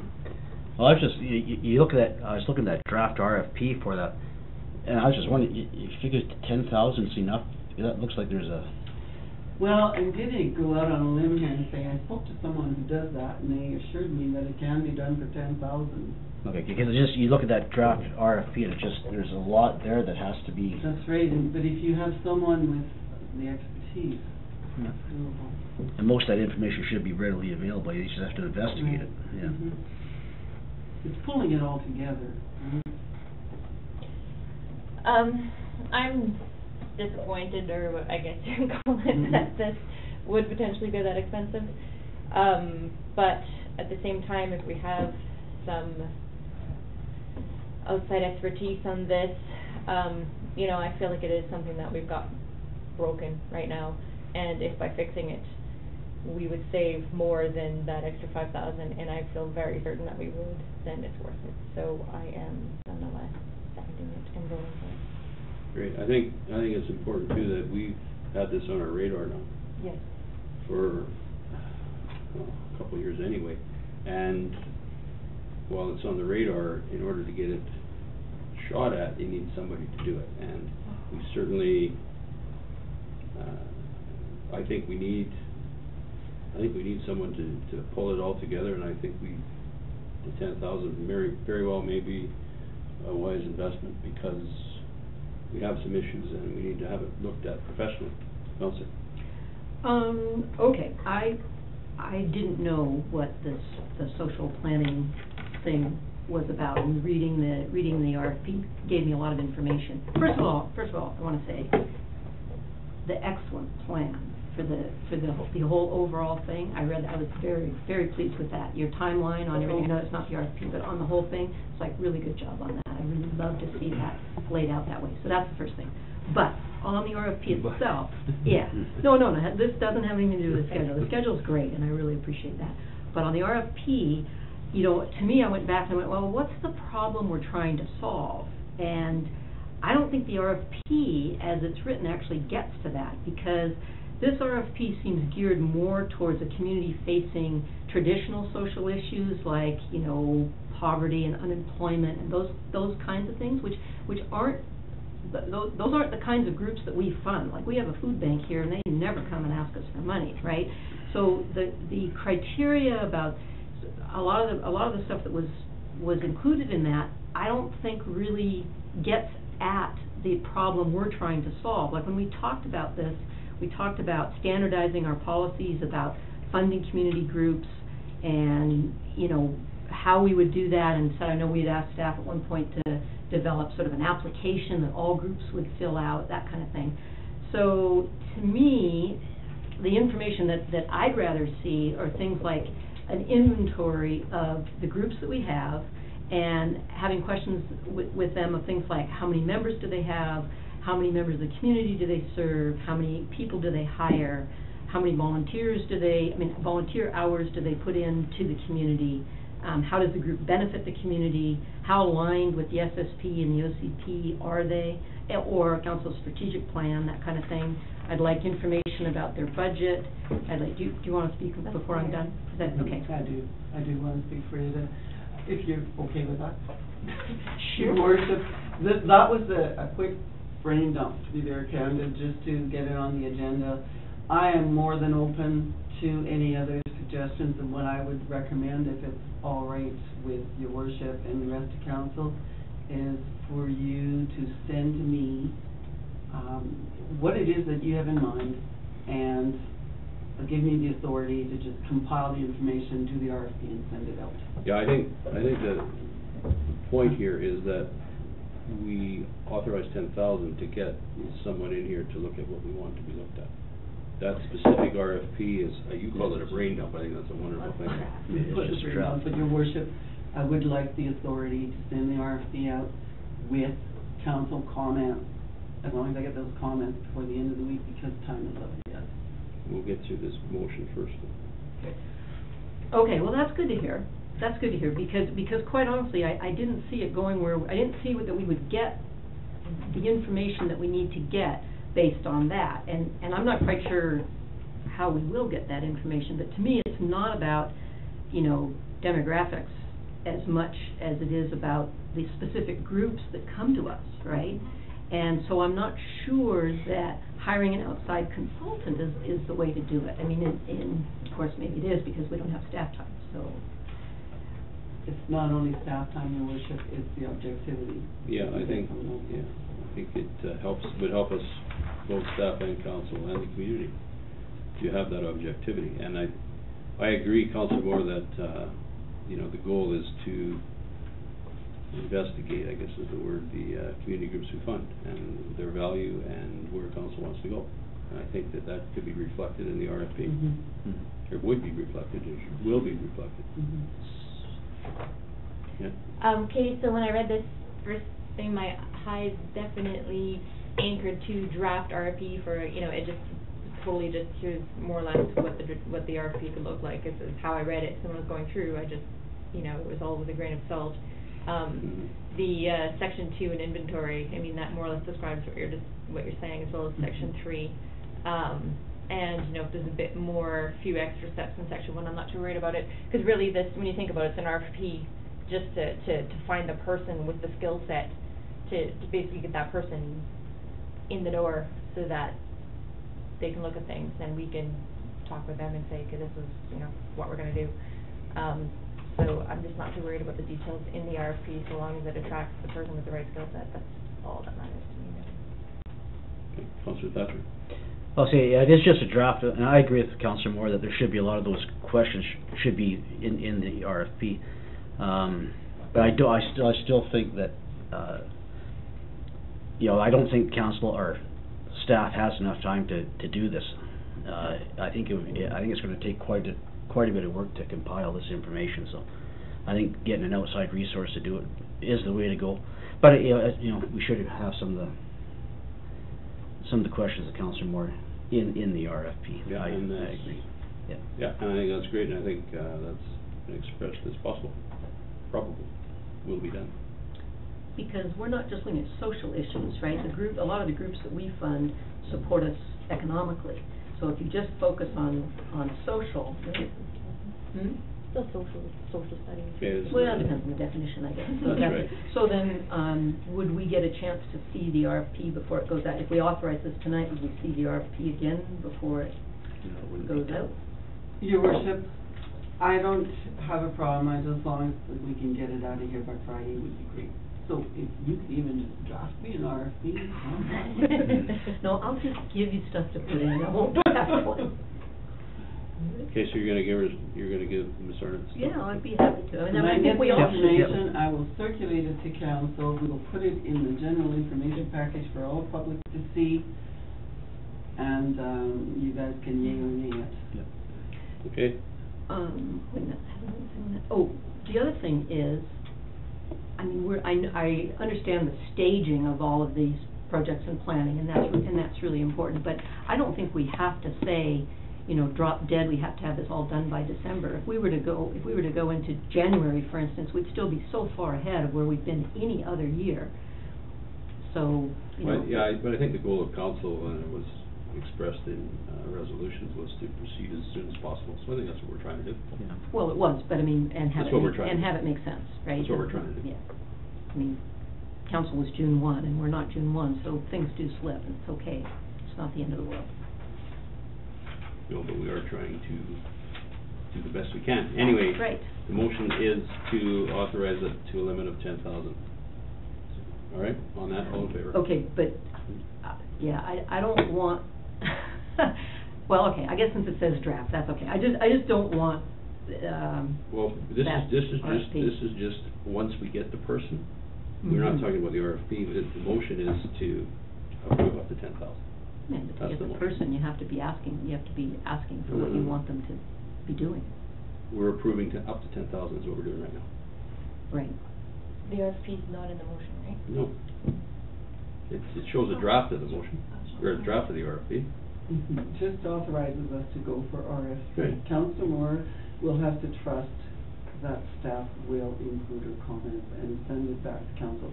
Otherwise, what we could do, your worship, is call a special meeting to, Well, review the draft RFP. I think if we right now authorize the funding, we can go from there, because I think we're all on the same page, we all want the same thing done. I have an idea. We could all, I'm hoping other people have comments as well, send you the comments, you can send us a draft, and if that's good to go, we're good to go, and if we need at that point, if it's like, no, and we need a special meeting, then we can do that, but we don't need to talk about a special meeting now. How's that? We won't talk about a special meeting now.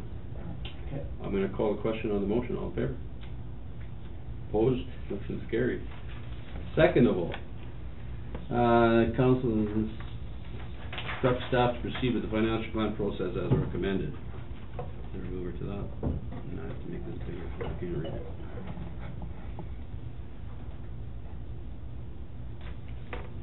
Options and alternatives, staff recommendation 1 was to authorize the RFP 10 grand, we just did that. The next one was that council instructs staff to proceed with the financial plan process as recommended. In other words, do all the background work, and, once everybody's back in October, fly at her. Moved by Moore, seconded by Thatcher. Further discussion on that? Councillor, we'll start Moore. Okay, I would just say, I really like the council committees, and I would like to be involved in them, but if they're September, obviously I can't be. So if those slip, I'd be perfectly happy. Okay, I think I'll speak to the committees. we're not there yet, this is, the plan process, but, I think because there isn't, a good representation of council here tonight, I think we can leave that, the committees themselves, members of the committees themselves, you know, we'll put the word out and see who, I would like to seek volunteers, I guess. So apparently you volunteered, and I think that's great, and so just let us know which committees you'd like to sit on, and that goes for everybody. Mm-hmm. Okay? And we'll put it Sit on any of them. You'll sit on all of them then? Sure. Okay? And that will, In October. well, we'll see it. I mean, you know, we have to, we have to move forward, and, you know, we're trying to accommodate everyone right now. That's what we're trying to do. Okay, so, where we are, the council instructs staff to pursue the financial plan process as recommended. Okay, that's where we are. Okay, on that, all in favor? Keith, wait a minute, Sorry. sorry, I had something to discuss on that. Oh, yeah. Sorry, can you, I didn't catch it. You said we're just, the one that you just had to move in a second or two, right? Correct. Yeah, I do have discussion on that. I Okay, don't, yeah. I don't know, I disagree that we should be waiting. I'm ready to go. But, you know, we have been saying that we wanna work on this starting June 1st, and we have been telling the community that we wanna work on this all summer. This was our summer project. And I don't wanna feel rushed to do it at any point, and everything always takes longer than expected. You know, I think that, you know, when you sign up to be a sitter on this table, that is a commitment with, you know, certain sacrifices involved, and if you can't make things, then it doesn't mean that everything has to halt. I think it just means that, you know, you miss out on some things, but you can still, if people are away, I don't know what anybody's schedule is, but I'm assuming that it's not going to be like this right now. I mean, it's the first time this has ever happened, and I wouldn't be surprised if the last time that this has ever happened, that we have this few people here. I think that we still have participation in patches, and there's always going to be enough to contribute. We had 7 people sitting around this table, which is an awful lot for a small town, I think. I mean, I just think that we should get the ball rolling and get business going.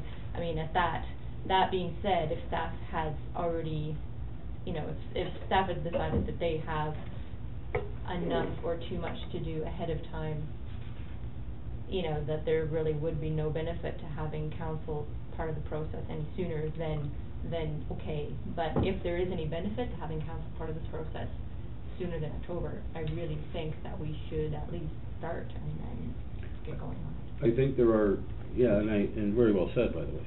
I think there are places, though, that we can have council members and staff get things together, and so that when we get to all the information's gathered, and we're putting that forward to council and the community, that it's all done, and so we'll have all the background done. And I think that's perhaps where a bit of where staff's coming from is the fact that there's a lot of background stuff that we can be put together and normally wouldn't be put together till later in the process. So while I understand your concern with you know, individuals making individual choices as to how they commit themselves to council, I agree that we all have to make those choices and those commitments. But I think that this may make sense from the fact that we can compile a lot of data, information, and have a good set of rules and guidelines to go, starting when everyone's available. Ms. Arnott. Would you like me to comment? Yes, please. Okay, I certainly appreciate that. It would be easier to have the strategic, especially the kickoff meeting first, but it's also very important to have every one of you there for the kickoff meeting. So the background work that we're going to do, that'll give us a lot of work to do until September. Now, if there are some committees in September that could start to get together, that would be good. But the big concern for staff is to not have to redo. So, especially on the onset, you know, if you miss a meeting once you've been involved in a few of the committee of the whole and everything else, you kind of know what's going on. But in my experience, you'll get 1 or 2 councillors who can't make 1 or 2 meetings right at the onset, and then the 3rd meeting, you're starting all over again. So you're redoing because they haven't had a chance to be involved. So it's definitely easier for us to do it this, well, not easier, but it'll be better for us to do it this way. Thank you. Councillor Moore. I don't know if this helps for the kickoff meeting. I mean, what would be the soonest you could do the kickoff meeting? October 1st. Oh, it is, okay, okay. There's because- no councillors, there is not one time between June 21st and October 1st that all council is available. Okay, because I was just gonna add, until August 14th, I can come in by phone, because I know I gave you my absent dates, I'm away, but if everyone else is here, Phone- it's just me, but. But Councillor, phone wouldn't be, it's not appropriate, Okay, for this all right, kind I of was just throwing discussion, that- because throwing that it's out. really, it's difficult to be effective if you're on the telephone, and it's ineffective for the rest of us when people are on the telephone. Okay. And if your worship, if memory serves me, there is still always somebody missing. Anyway, even by phone. Yes, Okay. that's right. Okay. That's All right, so you still leave somebody out. Just trying to be helpful. Okay, so the council instructs staff to proceed with the financial plan process as recommended. On that motion, all in favor? Opposed, motion's carried. Next is that the mayor appoints a council member, it's gonna be council members, to each committee outlined above. And I will do that as I said, if the council wishes to do it that way, I will do that, and once I get the commitment of individual council members to, and I already have your commitment, I know that you're on every committee, and that's been written down. The ones that you can make, obviously you're not back till October 1st. October 1. So you're gone for all of August and September, but Yeah. we'll figure out when we can make that work. Okay, so if everybody's happy with me appointing, then that's just a simple motion, and we can move on. So is there a mover? Moved by Thatcher, seconded by Blumey. Discussion? All in favor? Motion is carried. I think we're all good there, are we not, Ms. Arndt? We are, thank you. Thank you very much.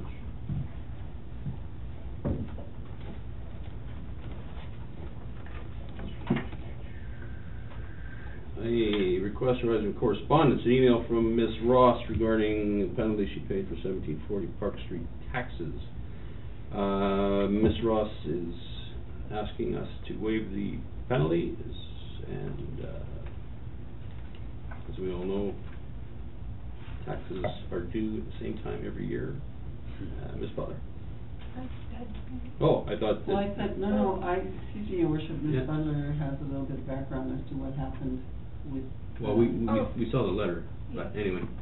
I should just note that, Ms. Ross did come into the city office on June 21st and claimed her homeowner's grant, and at that time there was discussions about the different ways to pay taxes and when they were due. So she was aware and had the opportunity. All right, so is there a mover to something like, what, you want to ask questions? Questions are just asked, if that's okay. Yeah, absolutely. Okay, so I'm not completely clear, is this thing about the whole paying by midnight or something, did she try to pay between, closing and midnight and it didn't work? Is that the issue, or there was no attempt between closing and issue and Correct. midnight? That's correct. There was no attempt, oh. She was not, I believe she was not, in an area where she could do that. Oh, I see. But she was here on the 21st to claim the grant. Okay, so I would think that, we will get more requests for this, and I think that we've had requests in the past, and it's very simple, you pay your taxes on time. So I would maybe ask a motion that we send a letter to Ms. Ross explaining that we regret the fact. I just wanted to say something that, it's not my story to tell, but I know it was told around this table before in the past, but I'm pretty sure I remember the story of somebody who sits around the table going the day of in the fairly recent past and, having to kick themselves for, not getting it right. So, yeah, anyway, it happens. You have to get it right. Happens to any of us, yeah. Okay. Question for your staff. I'm just curious, how many approximately people are late on their taxes? How many of these letters might we see? Your worship, through council, we see very few letters. People know that the taxes are due at a certain time, and those who Yeah. tend to realize that there's not a lot that can happen. I know that there's another one coming, I sent you the email, there's another one coming next month. Based on the letter, I didn't see it, I didn't read a reason. It's not like I fell down and broke my arms and you know what I mean? There wasn't a compelling reason. It was If just. there was an extenuating circumstance, That's different. Yeah. that's Okay, when. so so I think simple motion is to send a letter to Ms. Ross explaining the taxes have to be paid by such and such a date. Something to that effect. Anyway, I guess the motion should be that we deny her request to forgive the penalty, To go to order in council. to court order in council. Your worship, only the province can. I know order in council may not, but not everyone is familiar with orders in council Well, I just, and council resolutions. I was wondering, like, also, if somebody does come send a letter that does have extenuating circumstances, how are we going to, you know, if we deny one person, I think we have to deny everybody, so, you know. But I mean, we would deal with those as a one-off, right? Because that's what we do. But I mean seriously, I don't know how many I've sat here in a few years that I've been here, and, you know, there's not a lot of them, but it's like, you know, when you get stopped for speeding and the cop asks you for your wallet, you say you left it at home. Well, you're supposed to bring your wallet with you when you drive your car. I would say that if someone came in with extenuating circumstances, that's a completely different thing, you know, and that, there might be a situation where we could waive the penalty or we'd cut it in half or something, but there has to be a good reason. If there isn't a good reason, then you're setting a precedent. Just anybody who writes us a letter because they screwed up, Okay, you know. I know, so I don't know how much we want to beat this up, because I think Yeah, we're all on, I think we're all on the same Councilor page. Thatcher's thing, we're not No, setting a well. precedent that we wouldn't be able to change if somebody came in with different circumstances. So, is there a motion that we deny the request? I mean, that's pretty simple. I think that's the simplest way to put that. Moved by Moore, seconded by Blue. Any more discussion on that? All in favor? Opposed? Motion carried. Letter from Ms. Robin Felch regarding water charges, her letter, and the accompanying staff report from Ms. Stevens. It's pretty self-explanatory, so I would expect a motion to deny the request. Is there a mover to that? Yeah, do you want to just, yeah? Sorry, I'm laughing because you say it's pretty self-explanatory, but Sorry. I read it and I kind of, it Okay, didn't make a well, lot of then, sense to me. I think I stood up there more than you, that's probably why. Yeah, so I was a bit confused that because it does sound to me like it was more or less things happen the way they normally happen, and the price difference actually wouldn't change very much anyway. It's just a matter of how it was paid, right? Well, I'll just turn it over to Ms. Arnott. I spoke to Ms. Stevens today to get clarification on this. Okay. So, what happened is in 2011, when they had, she says how it works when you get the temporary occupancy permit, you start to pay. The person who brought the letter forward is saying the house was vacant, I shouldn't be paying at all. And of course, we have a bylaw that says, once you're in, and you pay a basic fee. So had she been metered at the time, she would have been paying $480.96 for the whole of 2012 year. If she hadn't been, it would have been $666.96. Now, staff did not charge them for 2012, as it says here. So for 2013, they just charged $249.92 to January 9th. So the person got a deal. That's what it boils down to. Okay, yes. I'd like to make a motion that we send Ms. Felch a letter that explains that says our policy would be that as soon as you get the occupancy permit, you're billed, because what you're being charged for is the privilege to have water to your premise. It's not how much you use or whatever. And that the fact that they weren't charged in 2012, so they are charged in 2013, is, we wouldn't have waived it anyway. I think the first step, though, is to deal with the charges themselves, and that's the question she's asking. The Right. first question she's asking, Right. is to waive the fee, Right, right? So that's what we're dealing with right now. right. If we wish to attach a letter stating whatever, our policy or whatever that is, that can be done Well, that without was motion. the second sentence I was gonna say, was Without a that we motion. deny this request, but we also explain that our policy would have, she would have been billed for 2012. It might make her feel better about having to pay 2013 because she didn't have to pay 2012. I can't speak to that, but this is, pretty simple. Yes? Your worship, we can reiterate that in the Yeah. letter, the person was told. Perfect. Oh, okay, great, thank you. Okay, so the motion is that we deny the request by Ms. Stelch. Moved by Blumey, seconded by Moore. Any further discussion on that? All in favor? Opposed? The motion's carried. Information items, a motion to receive the information items as recommended by staff, subject to the following. Who's got letters, please? Oh, first of all, mover staff. Moved by Moore, seconded by Blumey. Okay, letters, Moore. E, Joe. I Blumey. forgot to write them down, but let's say D. And, Okay, if you, maps. yeah. okay, I got D and E. Yeah. I just had D.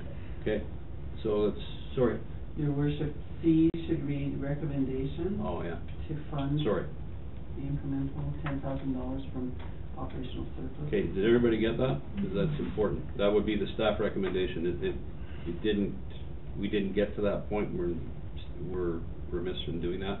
That the staff recommendation for C would be, To fund the 10% difference of the grant, which is For the what? 10,000, whatever it says on the letter now, I don't have it.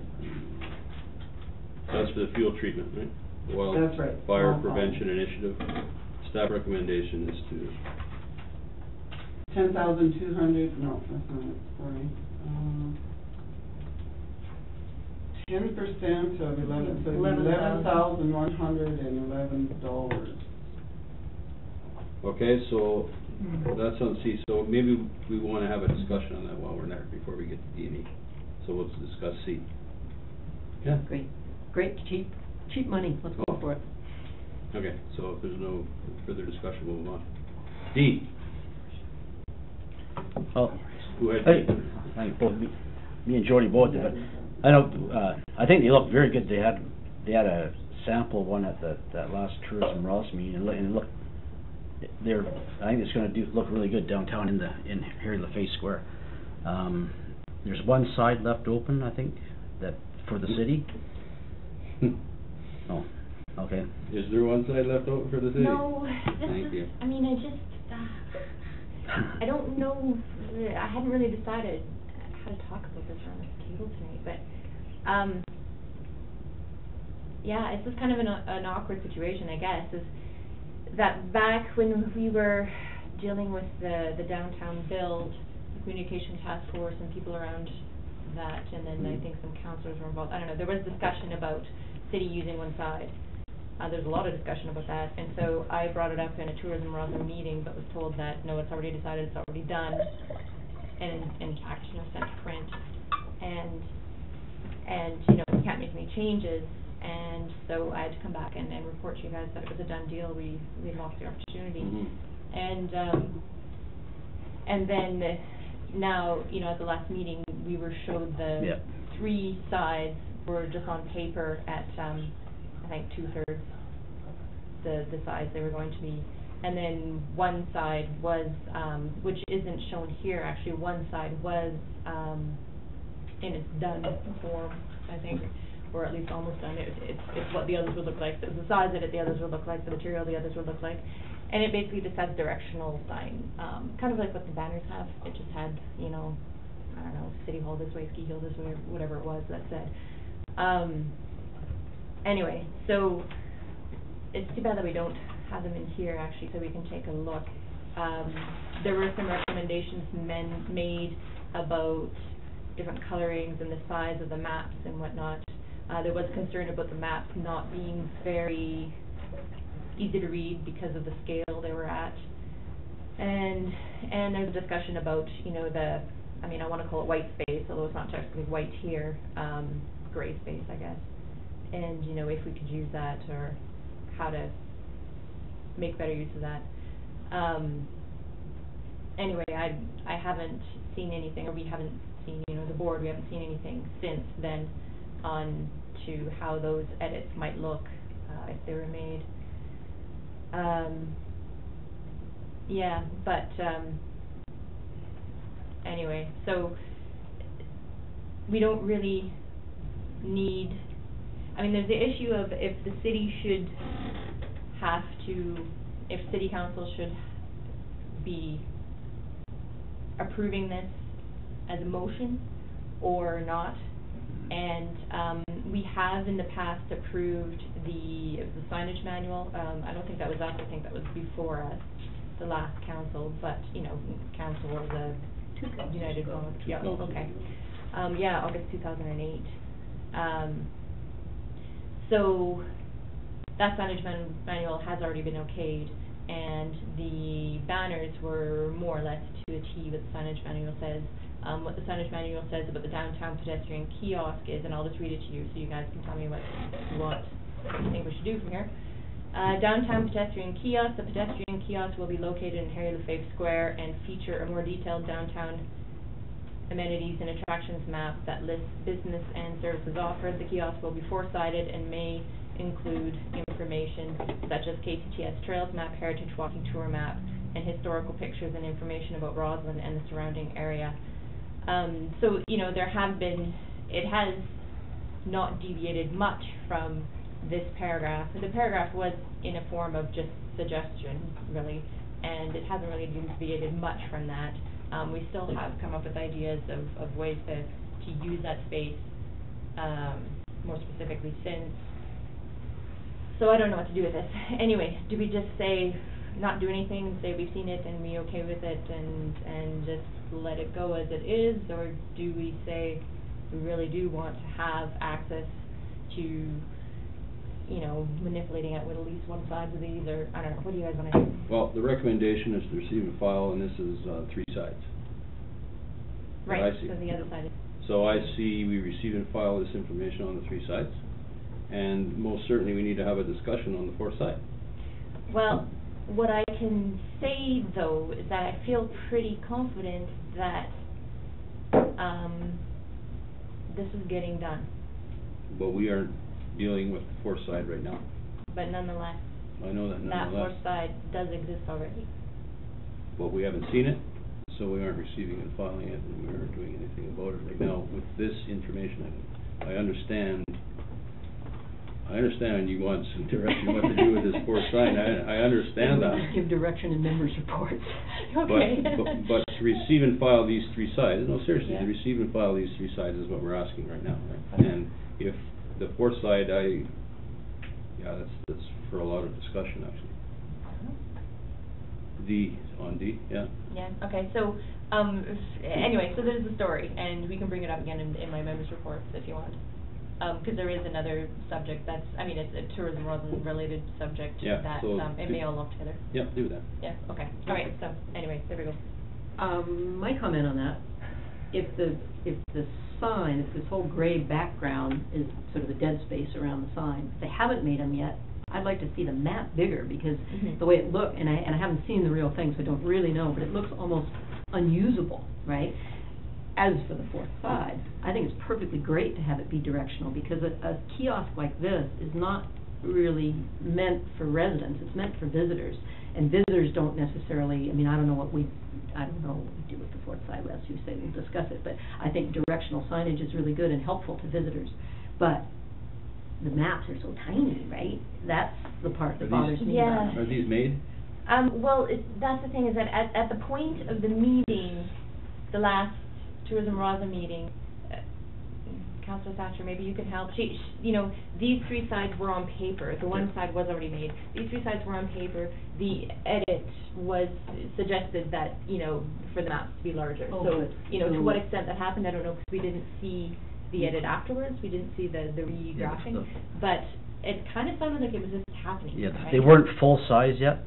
Okay. And they were, I think she was going to reduce the size of that top down a bit to get more, because they actually wanted to add more information at the bottom of the trail sign for invasive weeds, and they wanted to add some more information at the bottom. Okay, then I think perhaps what we should do is, instead of receiving and filing this, is ask for more information from Tourism Rutland before we proceed. And that can be done by simple motion on this. Well, actually, I think the three sides are, I think they're well done. It's just this It's a matter of discussion. proportions. Yeah. Yeah, All right, and so they were gonna fix proportions, because that was discussed at the meeting. Then that's, if council agrees, then let's make a motion to, before we do anything with this, we want to see the final proportions. No? Go ahead, is there? Your worship to the council, I think it's too late for that. I think You're done. I think they're done.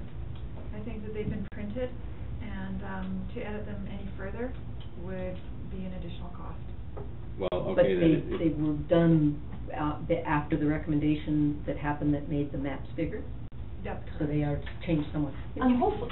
I mean, we haven't. Okay, Sorry. this whole, Okay. I know, we're all get a little bit frustrated I'll when we hop start talking. No, but talk about that at members' reports, but if they've already been done, there's no, what we're gonna do about it right now, because the budget's probably be burnt if we're gonna, probably burnt now, if we're gonna start fooling around. No, they Okay? look great, right? It's Well, just, Okay, they look great. so anyway, so then, what we would deal with now is then just a motion to receive the report, Okay. as in the staff recommendation, okay? Everybody happy with that?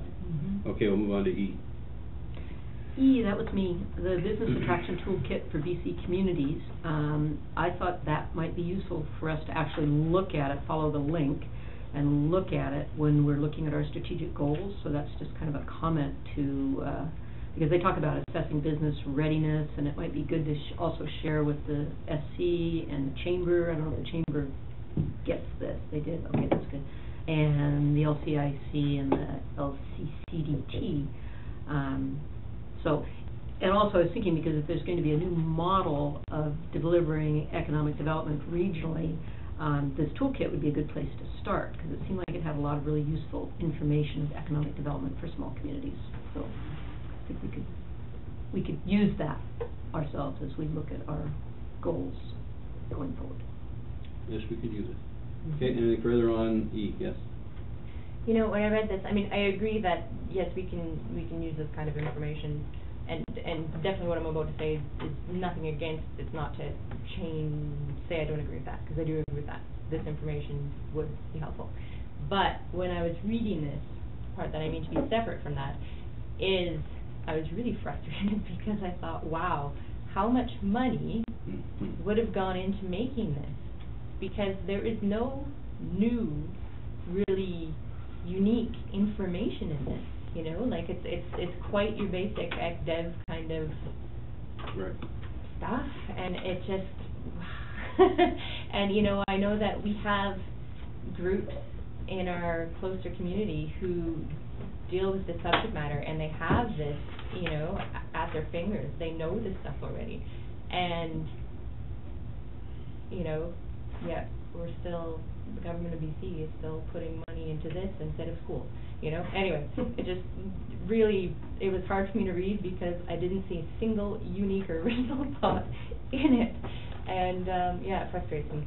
I mean, at the same time, it is, you know, one of the packages to point to when we do something like this. I mean, this, you know, it's useful, but it's not the only useful thing out there. This is written elsewhere that we could have accessed elsewhere. But anyway, whatever. The one-stop shopping. Can I make one other comment real quick? I really appreciate the fact that Steph got the links to work on the information package. That was great. We're doing that in both the council package now and the information package. That was great, thank you. It was Okay. very frustrating before. So, on the motion, on the information items, all in favor? Opposed? Motion's carried. Bylaws. A motion to adopt bylaw 2556, Sustainability Commission bylaw, moved by Moore, seconded by Blumey. Discussion. Seeing none, all in favor? Opposed? Motion's carried. Road closure bylaw, that motion that council adopt bylaw 2555, Kootenai Abbey road closure bylaw, moved by Blumey, seconded by Thatcher.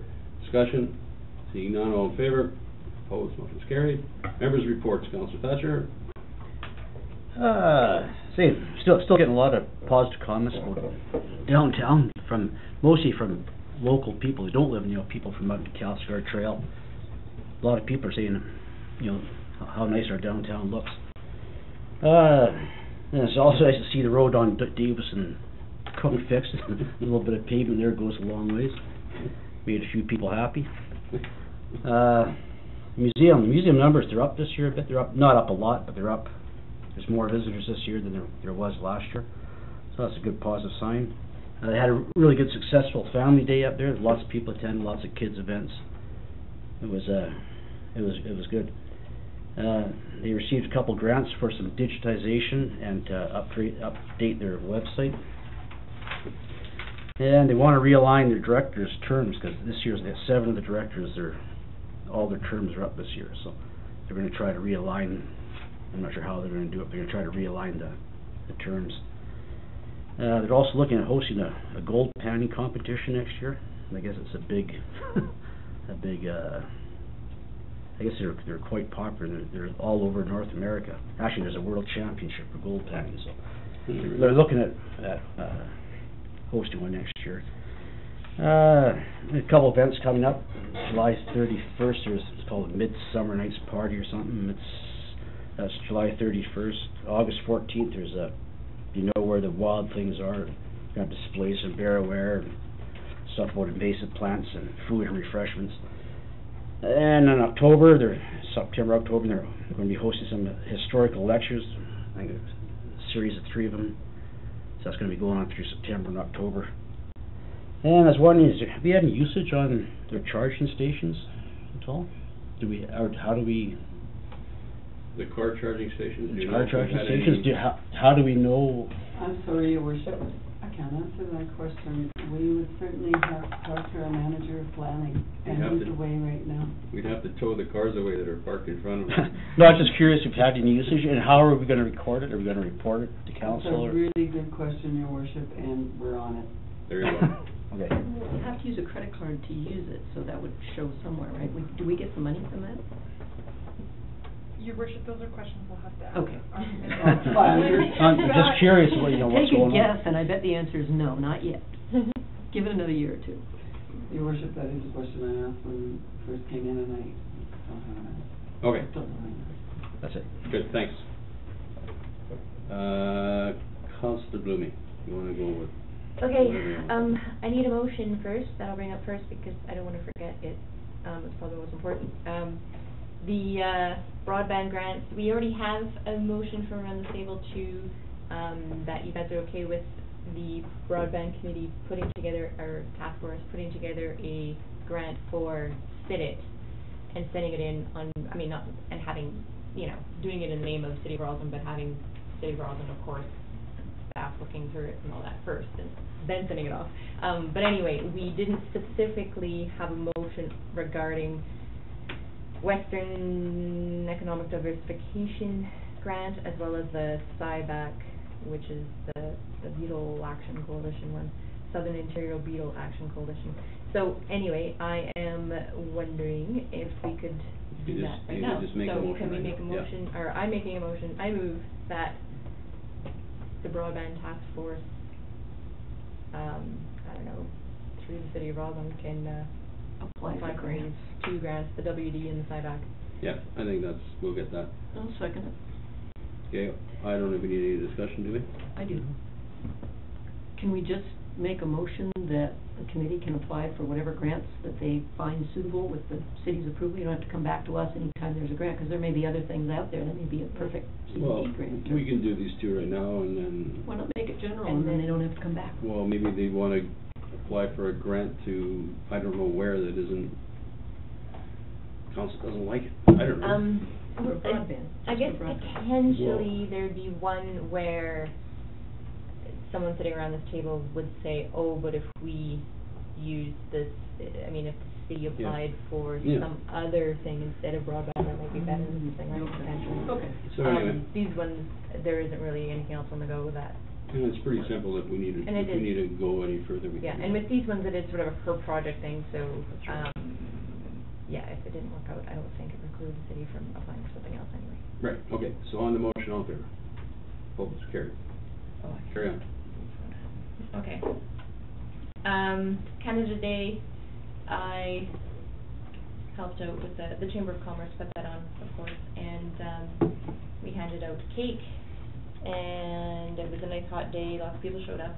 I don't know, we don't really keep track of numbers But, you know, going by that the two big huge cakes were completely eaten up, I guess the numbers were pretty good. And it was, I meant to what's the name of the cake decorating company? Is it Sweet Dreams Cakery? Is that correct? That's the correct name? Okay, sorry. The two cakes were made by Sweet Dreams Cakery. That doesn't sound quite... Sweet Dreams Cakery. That is right? Okay, Sweet Dreams Cakery. So we had the best quality Canada cakes probably in Canada.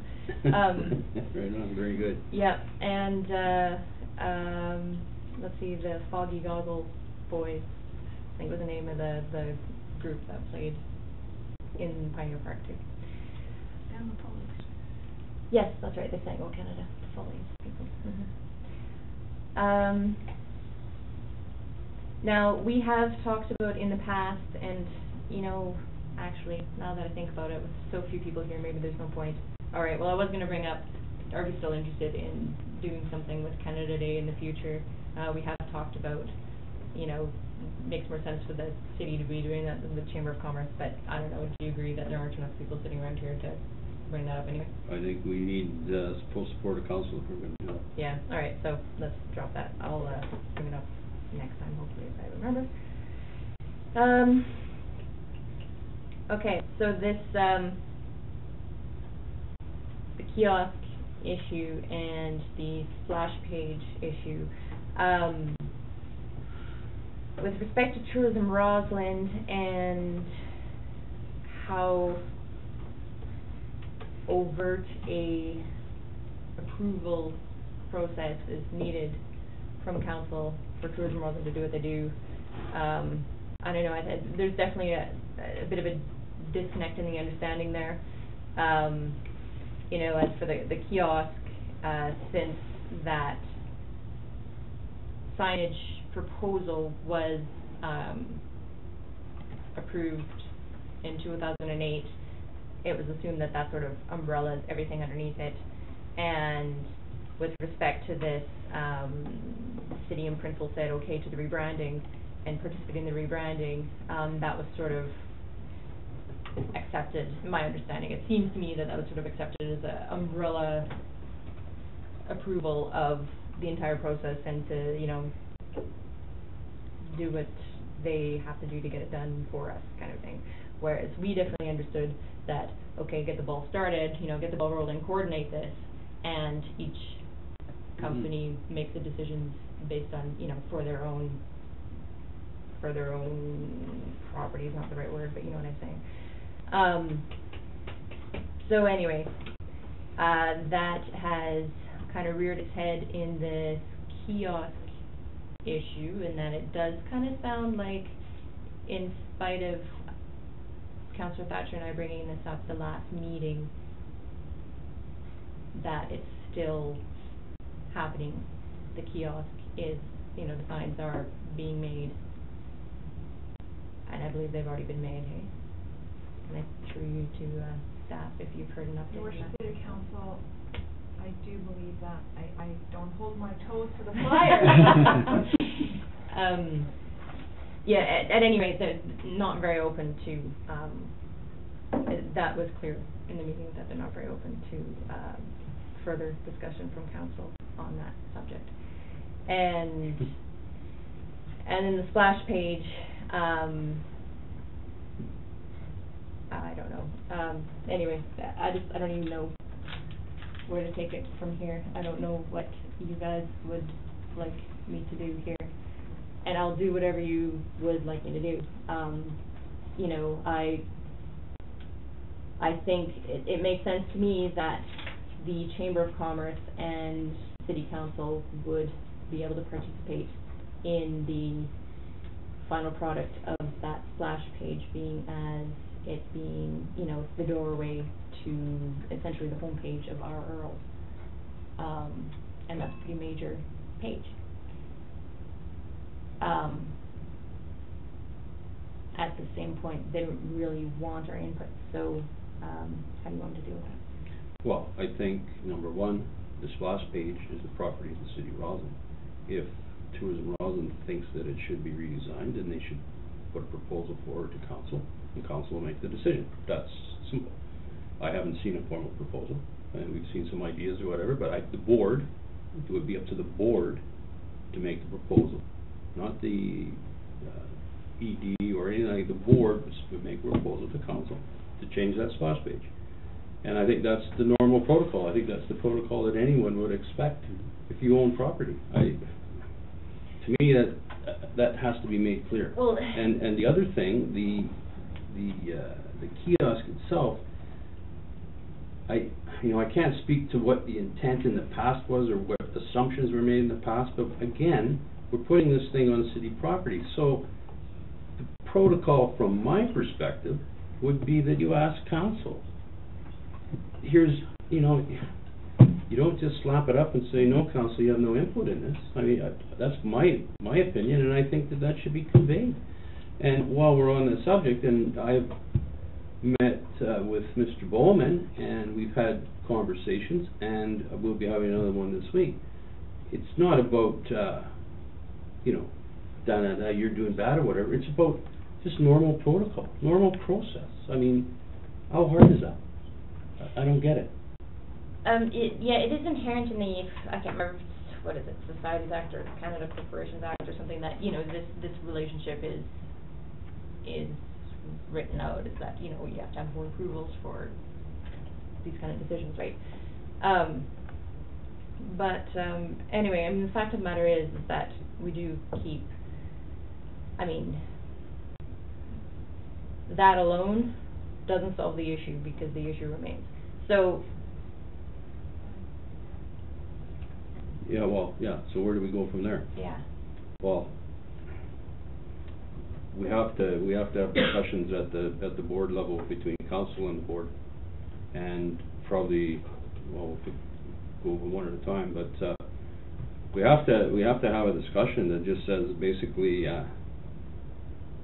here's our position, what's your position, and I don't get how anyone can see that they can just change somebody's property. I don't get it. I still don't get it. I'll never get it.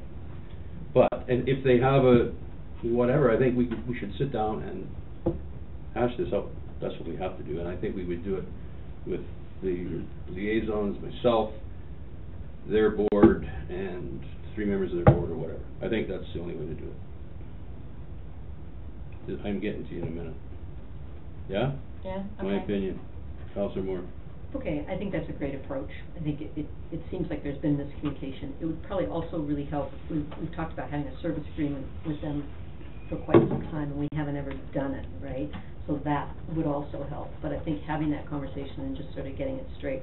The other thing that would probably be good is for council to review, this council, to review the signage manual, because she's operating off decisions that were made by a previous council. Council's a continuing body. So, so I'm not as bothered by the kiosk thing, because it was in the manual, all that. The splash page, I think, is really stepping over the line, because that is a big change, and it doesn't just affect, it's not been approved anywhere that you can change the splash page and it affects everybody else. Yeah. So I think that's a good approach to do, but I also would like us to take a look at the signage manual, because there may be other things coming up through that, and if we want to, rather than always going backwards and saying, oh, we didn't know it was there, we should look at it. Yeah, but the manual was the guiding document. It wasn't the Bible, right?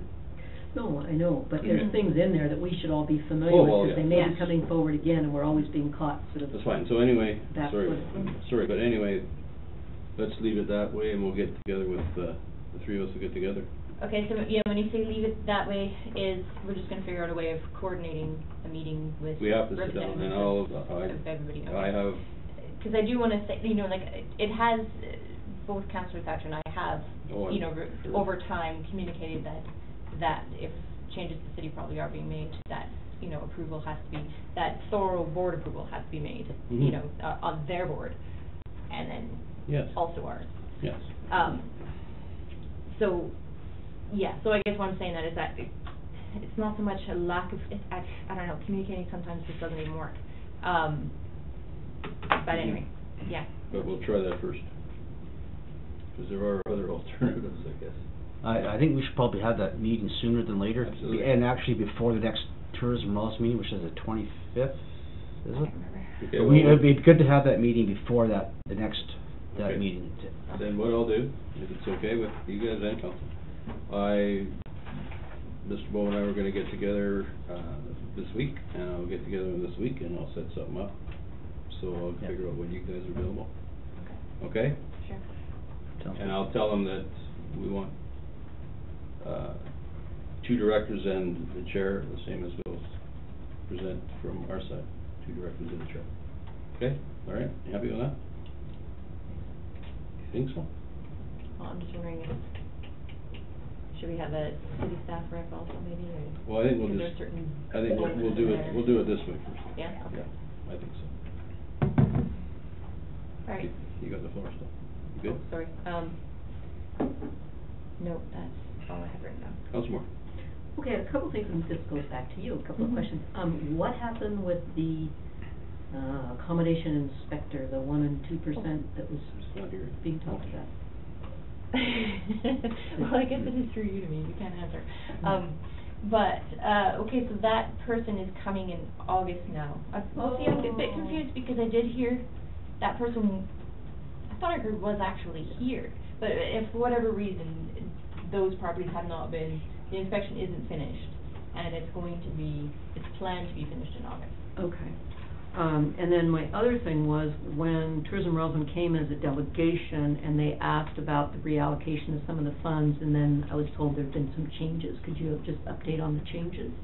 I'm probably not a very good person to update on the changes, because they weren't entirely clear to me where the differences were, and so I don't know if we just want to wait until maybe our corporate officer and they hash out the details and then present to us again, Okay. or, because I don't want to mess anything up by misinterpreting. Okay, the only thing is that when they came, they had expressed some urgency about needing to get this going so people can Yeah. put their promotional materials together and all that, so, but they're fine to wait. Maybe I can speak to that a little bit. Please. They did request to withdraw the 1% application and have the 2% application come forward to council. Unfortunately, they didn't have a council resolution. Also, they changed the cash flow from RMI funding, and we asked for a board resolution. We didn't get all that together we didn't get an answer until Thursday morning as to anything, and even then it wasn't much of an answer.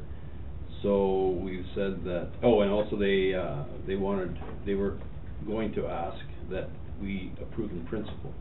What was explained to them by staff was that if they get the 2%, we can call a special meeting and have that meeting in jig time. Okay. So there's no need for us to sit when we don't know about the 2%, and I don't even know if the inspector will make it in August, but I won't ask staff for that, but there's no, if they don't get the 2% designation and council agrees to spend that money on that, right? There's no rush, we can do that in a special meeting. Okay, I guess my concern was because they needed to know about this money so they could tell people that there's a shuttle or there isn't a shuttle, and now if we're not gonna know anything until August, how's that gonna But impact? they withdrew the 1%, which would have Okay. taken $175,000 away from the museum. They withdrew that, not city council. 17,000, not What did I say? You said 17.5, yeah. 175. We're not giving museum No. 117,000. They withdrew that Okay. number, so the only other thing was if they got the 2%, so if they get the Okay. 2%, then they could present to council. So then they come back. Okay, I just know there were all those people in the community who were very interested in this, and I don't want them thinking it's because council is dithering over the decision, that it needs to be communicated that, right, this isn't us, right? No. Okay. Yeah, that's a very good point, is that they did, I did see the email where they initiated the withdrawal of that. And what was I going to say? Oh, right, and this, it doesn't mean necessarily that this isn't going to come together, there are still, there's still everything else that's, They still have monies that hopefully perhaps it's they could not, operate within their budget. it's not necessarily dependent on the city. So Okay. I would imagine that the wheel is still rolling, right? Okay. And then this is another thing that still involves Tourism Roseland, but it may involve staff too, because at the last June meeting, we were talking about business licenses, and the condos that rent up at the hill, and that the property managers have the licenses, not the owners. But if you look at Schedule G of the OCP, it says that owners of rental housing need to have the business license. It doesn't say anything about management companies. And I'm just wondering, has that been looked at? Your worship, we were trying to avoid double dipping. Double dipping in what respect? That you would have the condo owners paying a business license plus the license, the rental pool paying a business license. Okay, well, a management company is a management company, and they pay a business license to be a management company, and an owner who's renting their condo pays a business license to rent their condo. I don't see it as double dipping. Your worship, I think this is perhaps a subject we should talk about when we rewrite the business license bylaw. Okay. Because it's an issue when a condo has to pay $200 for a business license, which is the same as a downtown. Okay, so maybe we could make a change to that. It could be something smaller. Because I mean, That will be a council decision, okay, but yeah, because we're missing. I mean, if people are making money renting their condos, we're missing. That's a business, right? We're missing an opportunity for our own. And since the chamber is funded by those licenses, if we got more business license revenue up, taxpayers might pay less towards funding the chamber. Is just what I was thinking. Anyway, that would be something to consider. Mm-hmm. Okay, you gave. Oh, you didn't actually give an update on broadband. That was one. True, you're right. I would love you to. Because I keep remembering there was a June 20th date that got pushed, and so now I'm just curious where we are with that. Okay, so I can't remember how it came about now, and I have very bad headaches, so I'm not thinking very clearly. But I know anyway that we do have a postponement of that deadline date until September 30th, and so now since we have, and I can't remember what triggered that, but anyway, since we have that though, it just makes sense, just in, putting up feelers there, that it made sense that if we really want this to happen, that we present it to council when council knows whether or not they'd have grants spent on it. Perfect, that's And great. so that's why, I mean, the goal is by the end of this week to all those grants to be out, and that's quite possible, probable, largely dependent on how much time I put it on the next few days. And Mark Hallwad, the COO of CBBP, is coming to town on Friday to contribute the little bits that he has to contribute to that, and yeah, there we go. That's great. So, That's and great. we've also worked on coming up with an actual timeline, sort of a decision timeline of when the decision can be scheduled, so that everything kind of falls into place properly now. So it's really nice, because this is the first time that we haven't been really pushed to make, that cart before the horse kind of thing, with the pull permits were always very impending overhead, right? So anyway, so it's finally falling together in the right timeline now. Okay, great, thank you, that was very helpful. I wanted to talk about the email that we all got from Mr. Terhune about safety on Washington, about the schools, in front of the schools, and wondering, through you to staff, if staff has addressed this, because he mentioned in his email, I think, that he had contacted staff. Are you familiar with what I'm talking about? Yes. Your worship, City Council, Mr. Elbow, wrote a reply to each one of those and responded to the principal at RSS with the answers to that. And I bet it's in our information package Friday that I didn't read, is it? No, this was a long time ago. Mr. Terhune's letter is quite some time ago. No, there was just one just recently. Wasn't there one just recently? Yeah.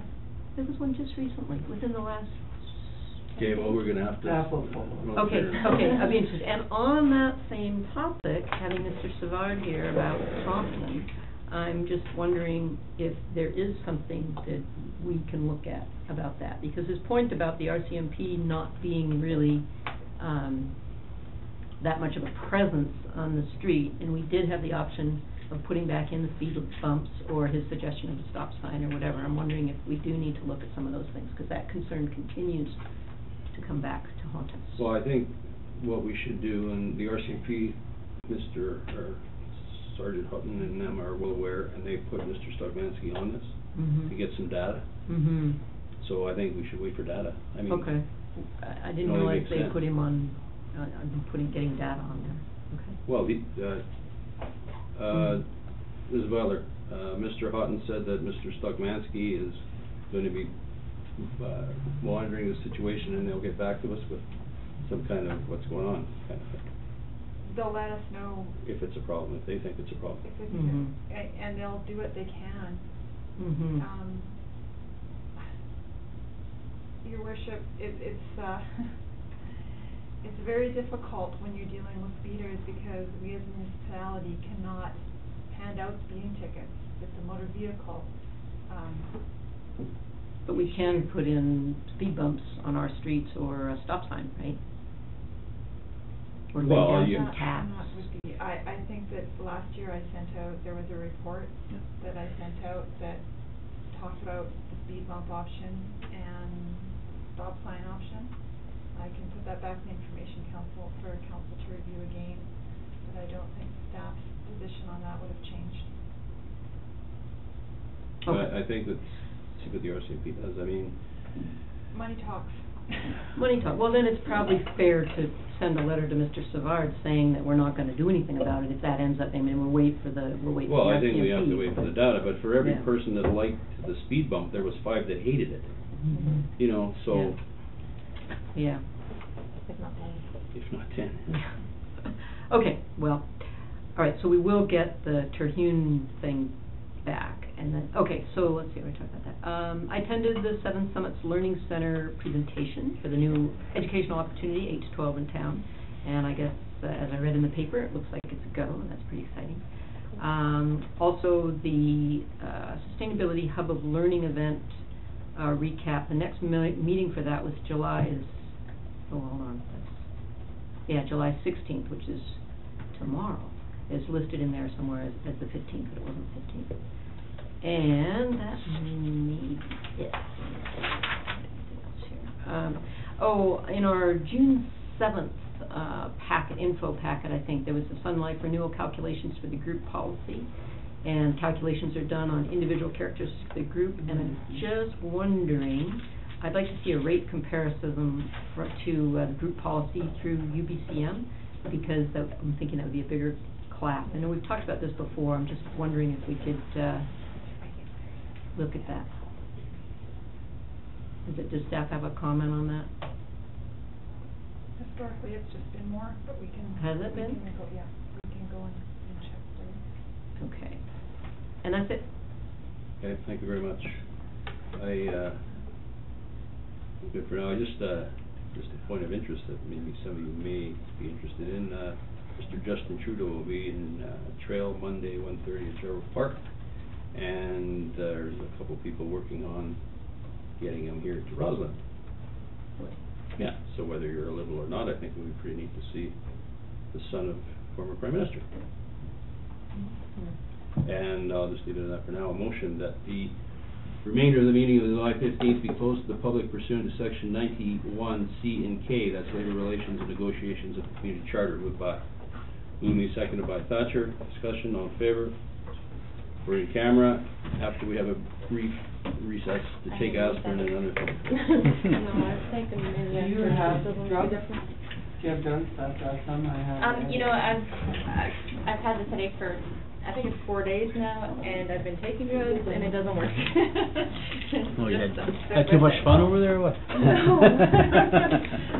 Elevation change maybe? Council, I have 2 for 1 from Gold Fever Falls. Oh, yeah, I wasn't able to make it to that thing. That was me. Thank you. Give me 3. How many we got? Just one if you want Jody. Oh, geez. Thank you. They haven't told me. Oh, you're talking about the financial statement? Yeah. Oh. Which auditor? I thought we're talking about the auditor general. On the financial? I definitely meant it Yeah. productively, What not time like is I it? was trying to, it didn't sound like I was No. talking against anybody, right? No. No. I probably just meant that we gotta talk about this. Okay. Oh, yes, that's what you got my phone. That's where you came in. And she started. There you go, ma'am. She talked about the financial statement. Talking about operation deficit of 3.7. Okay.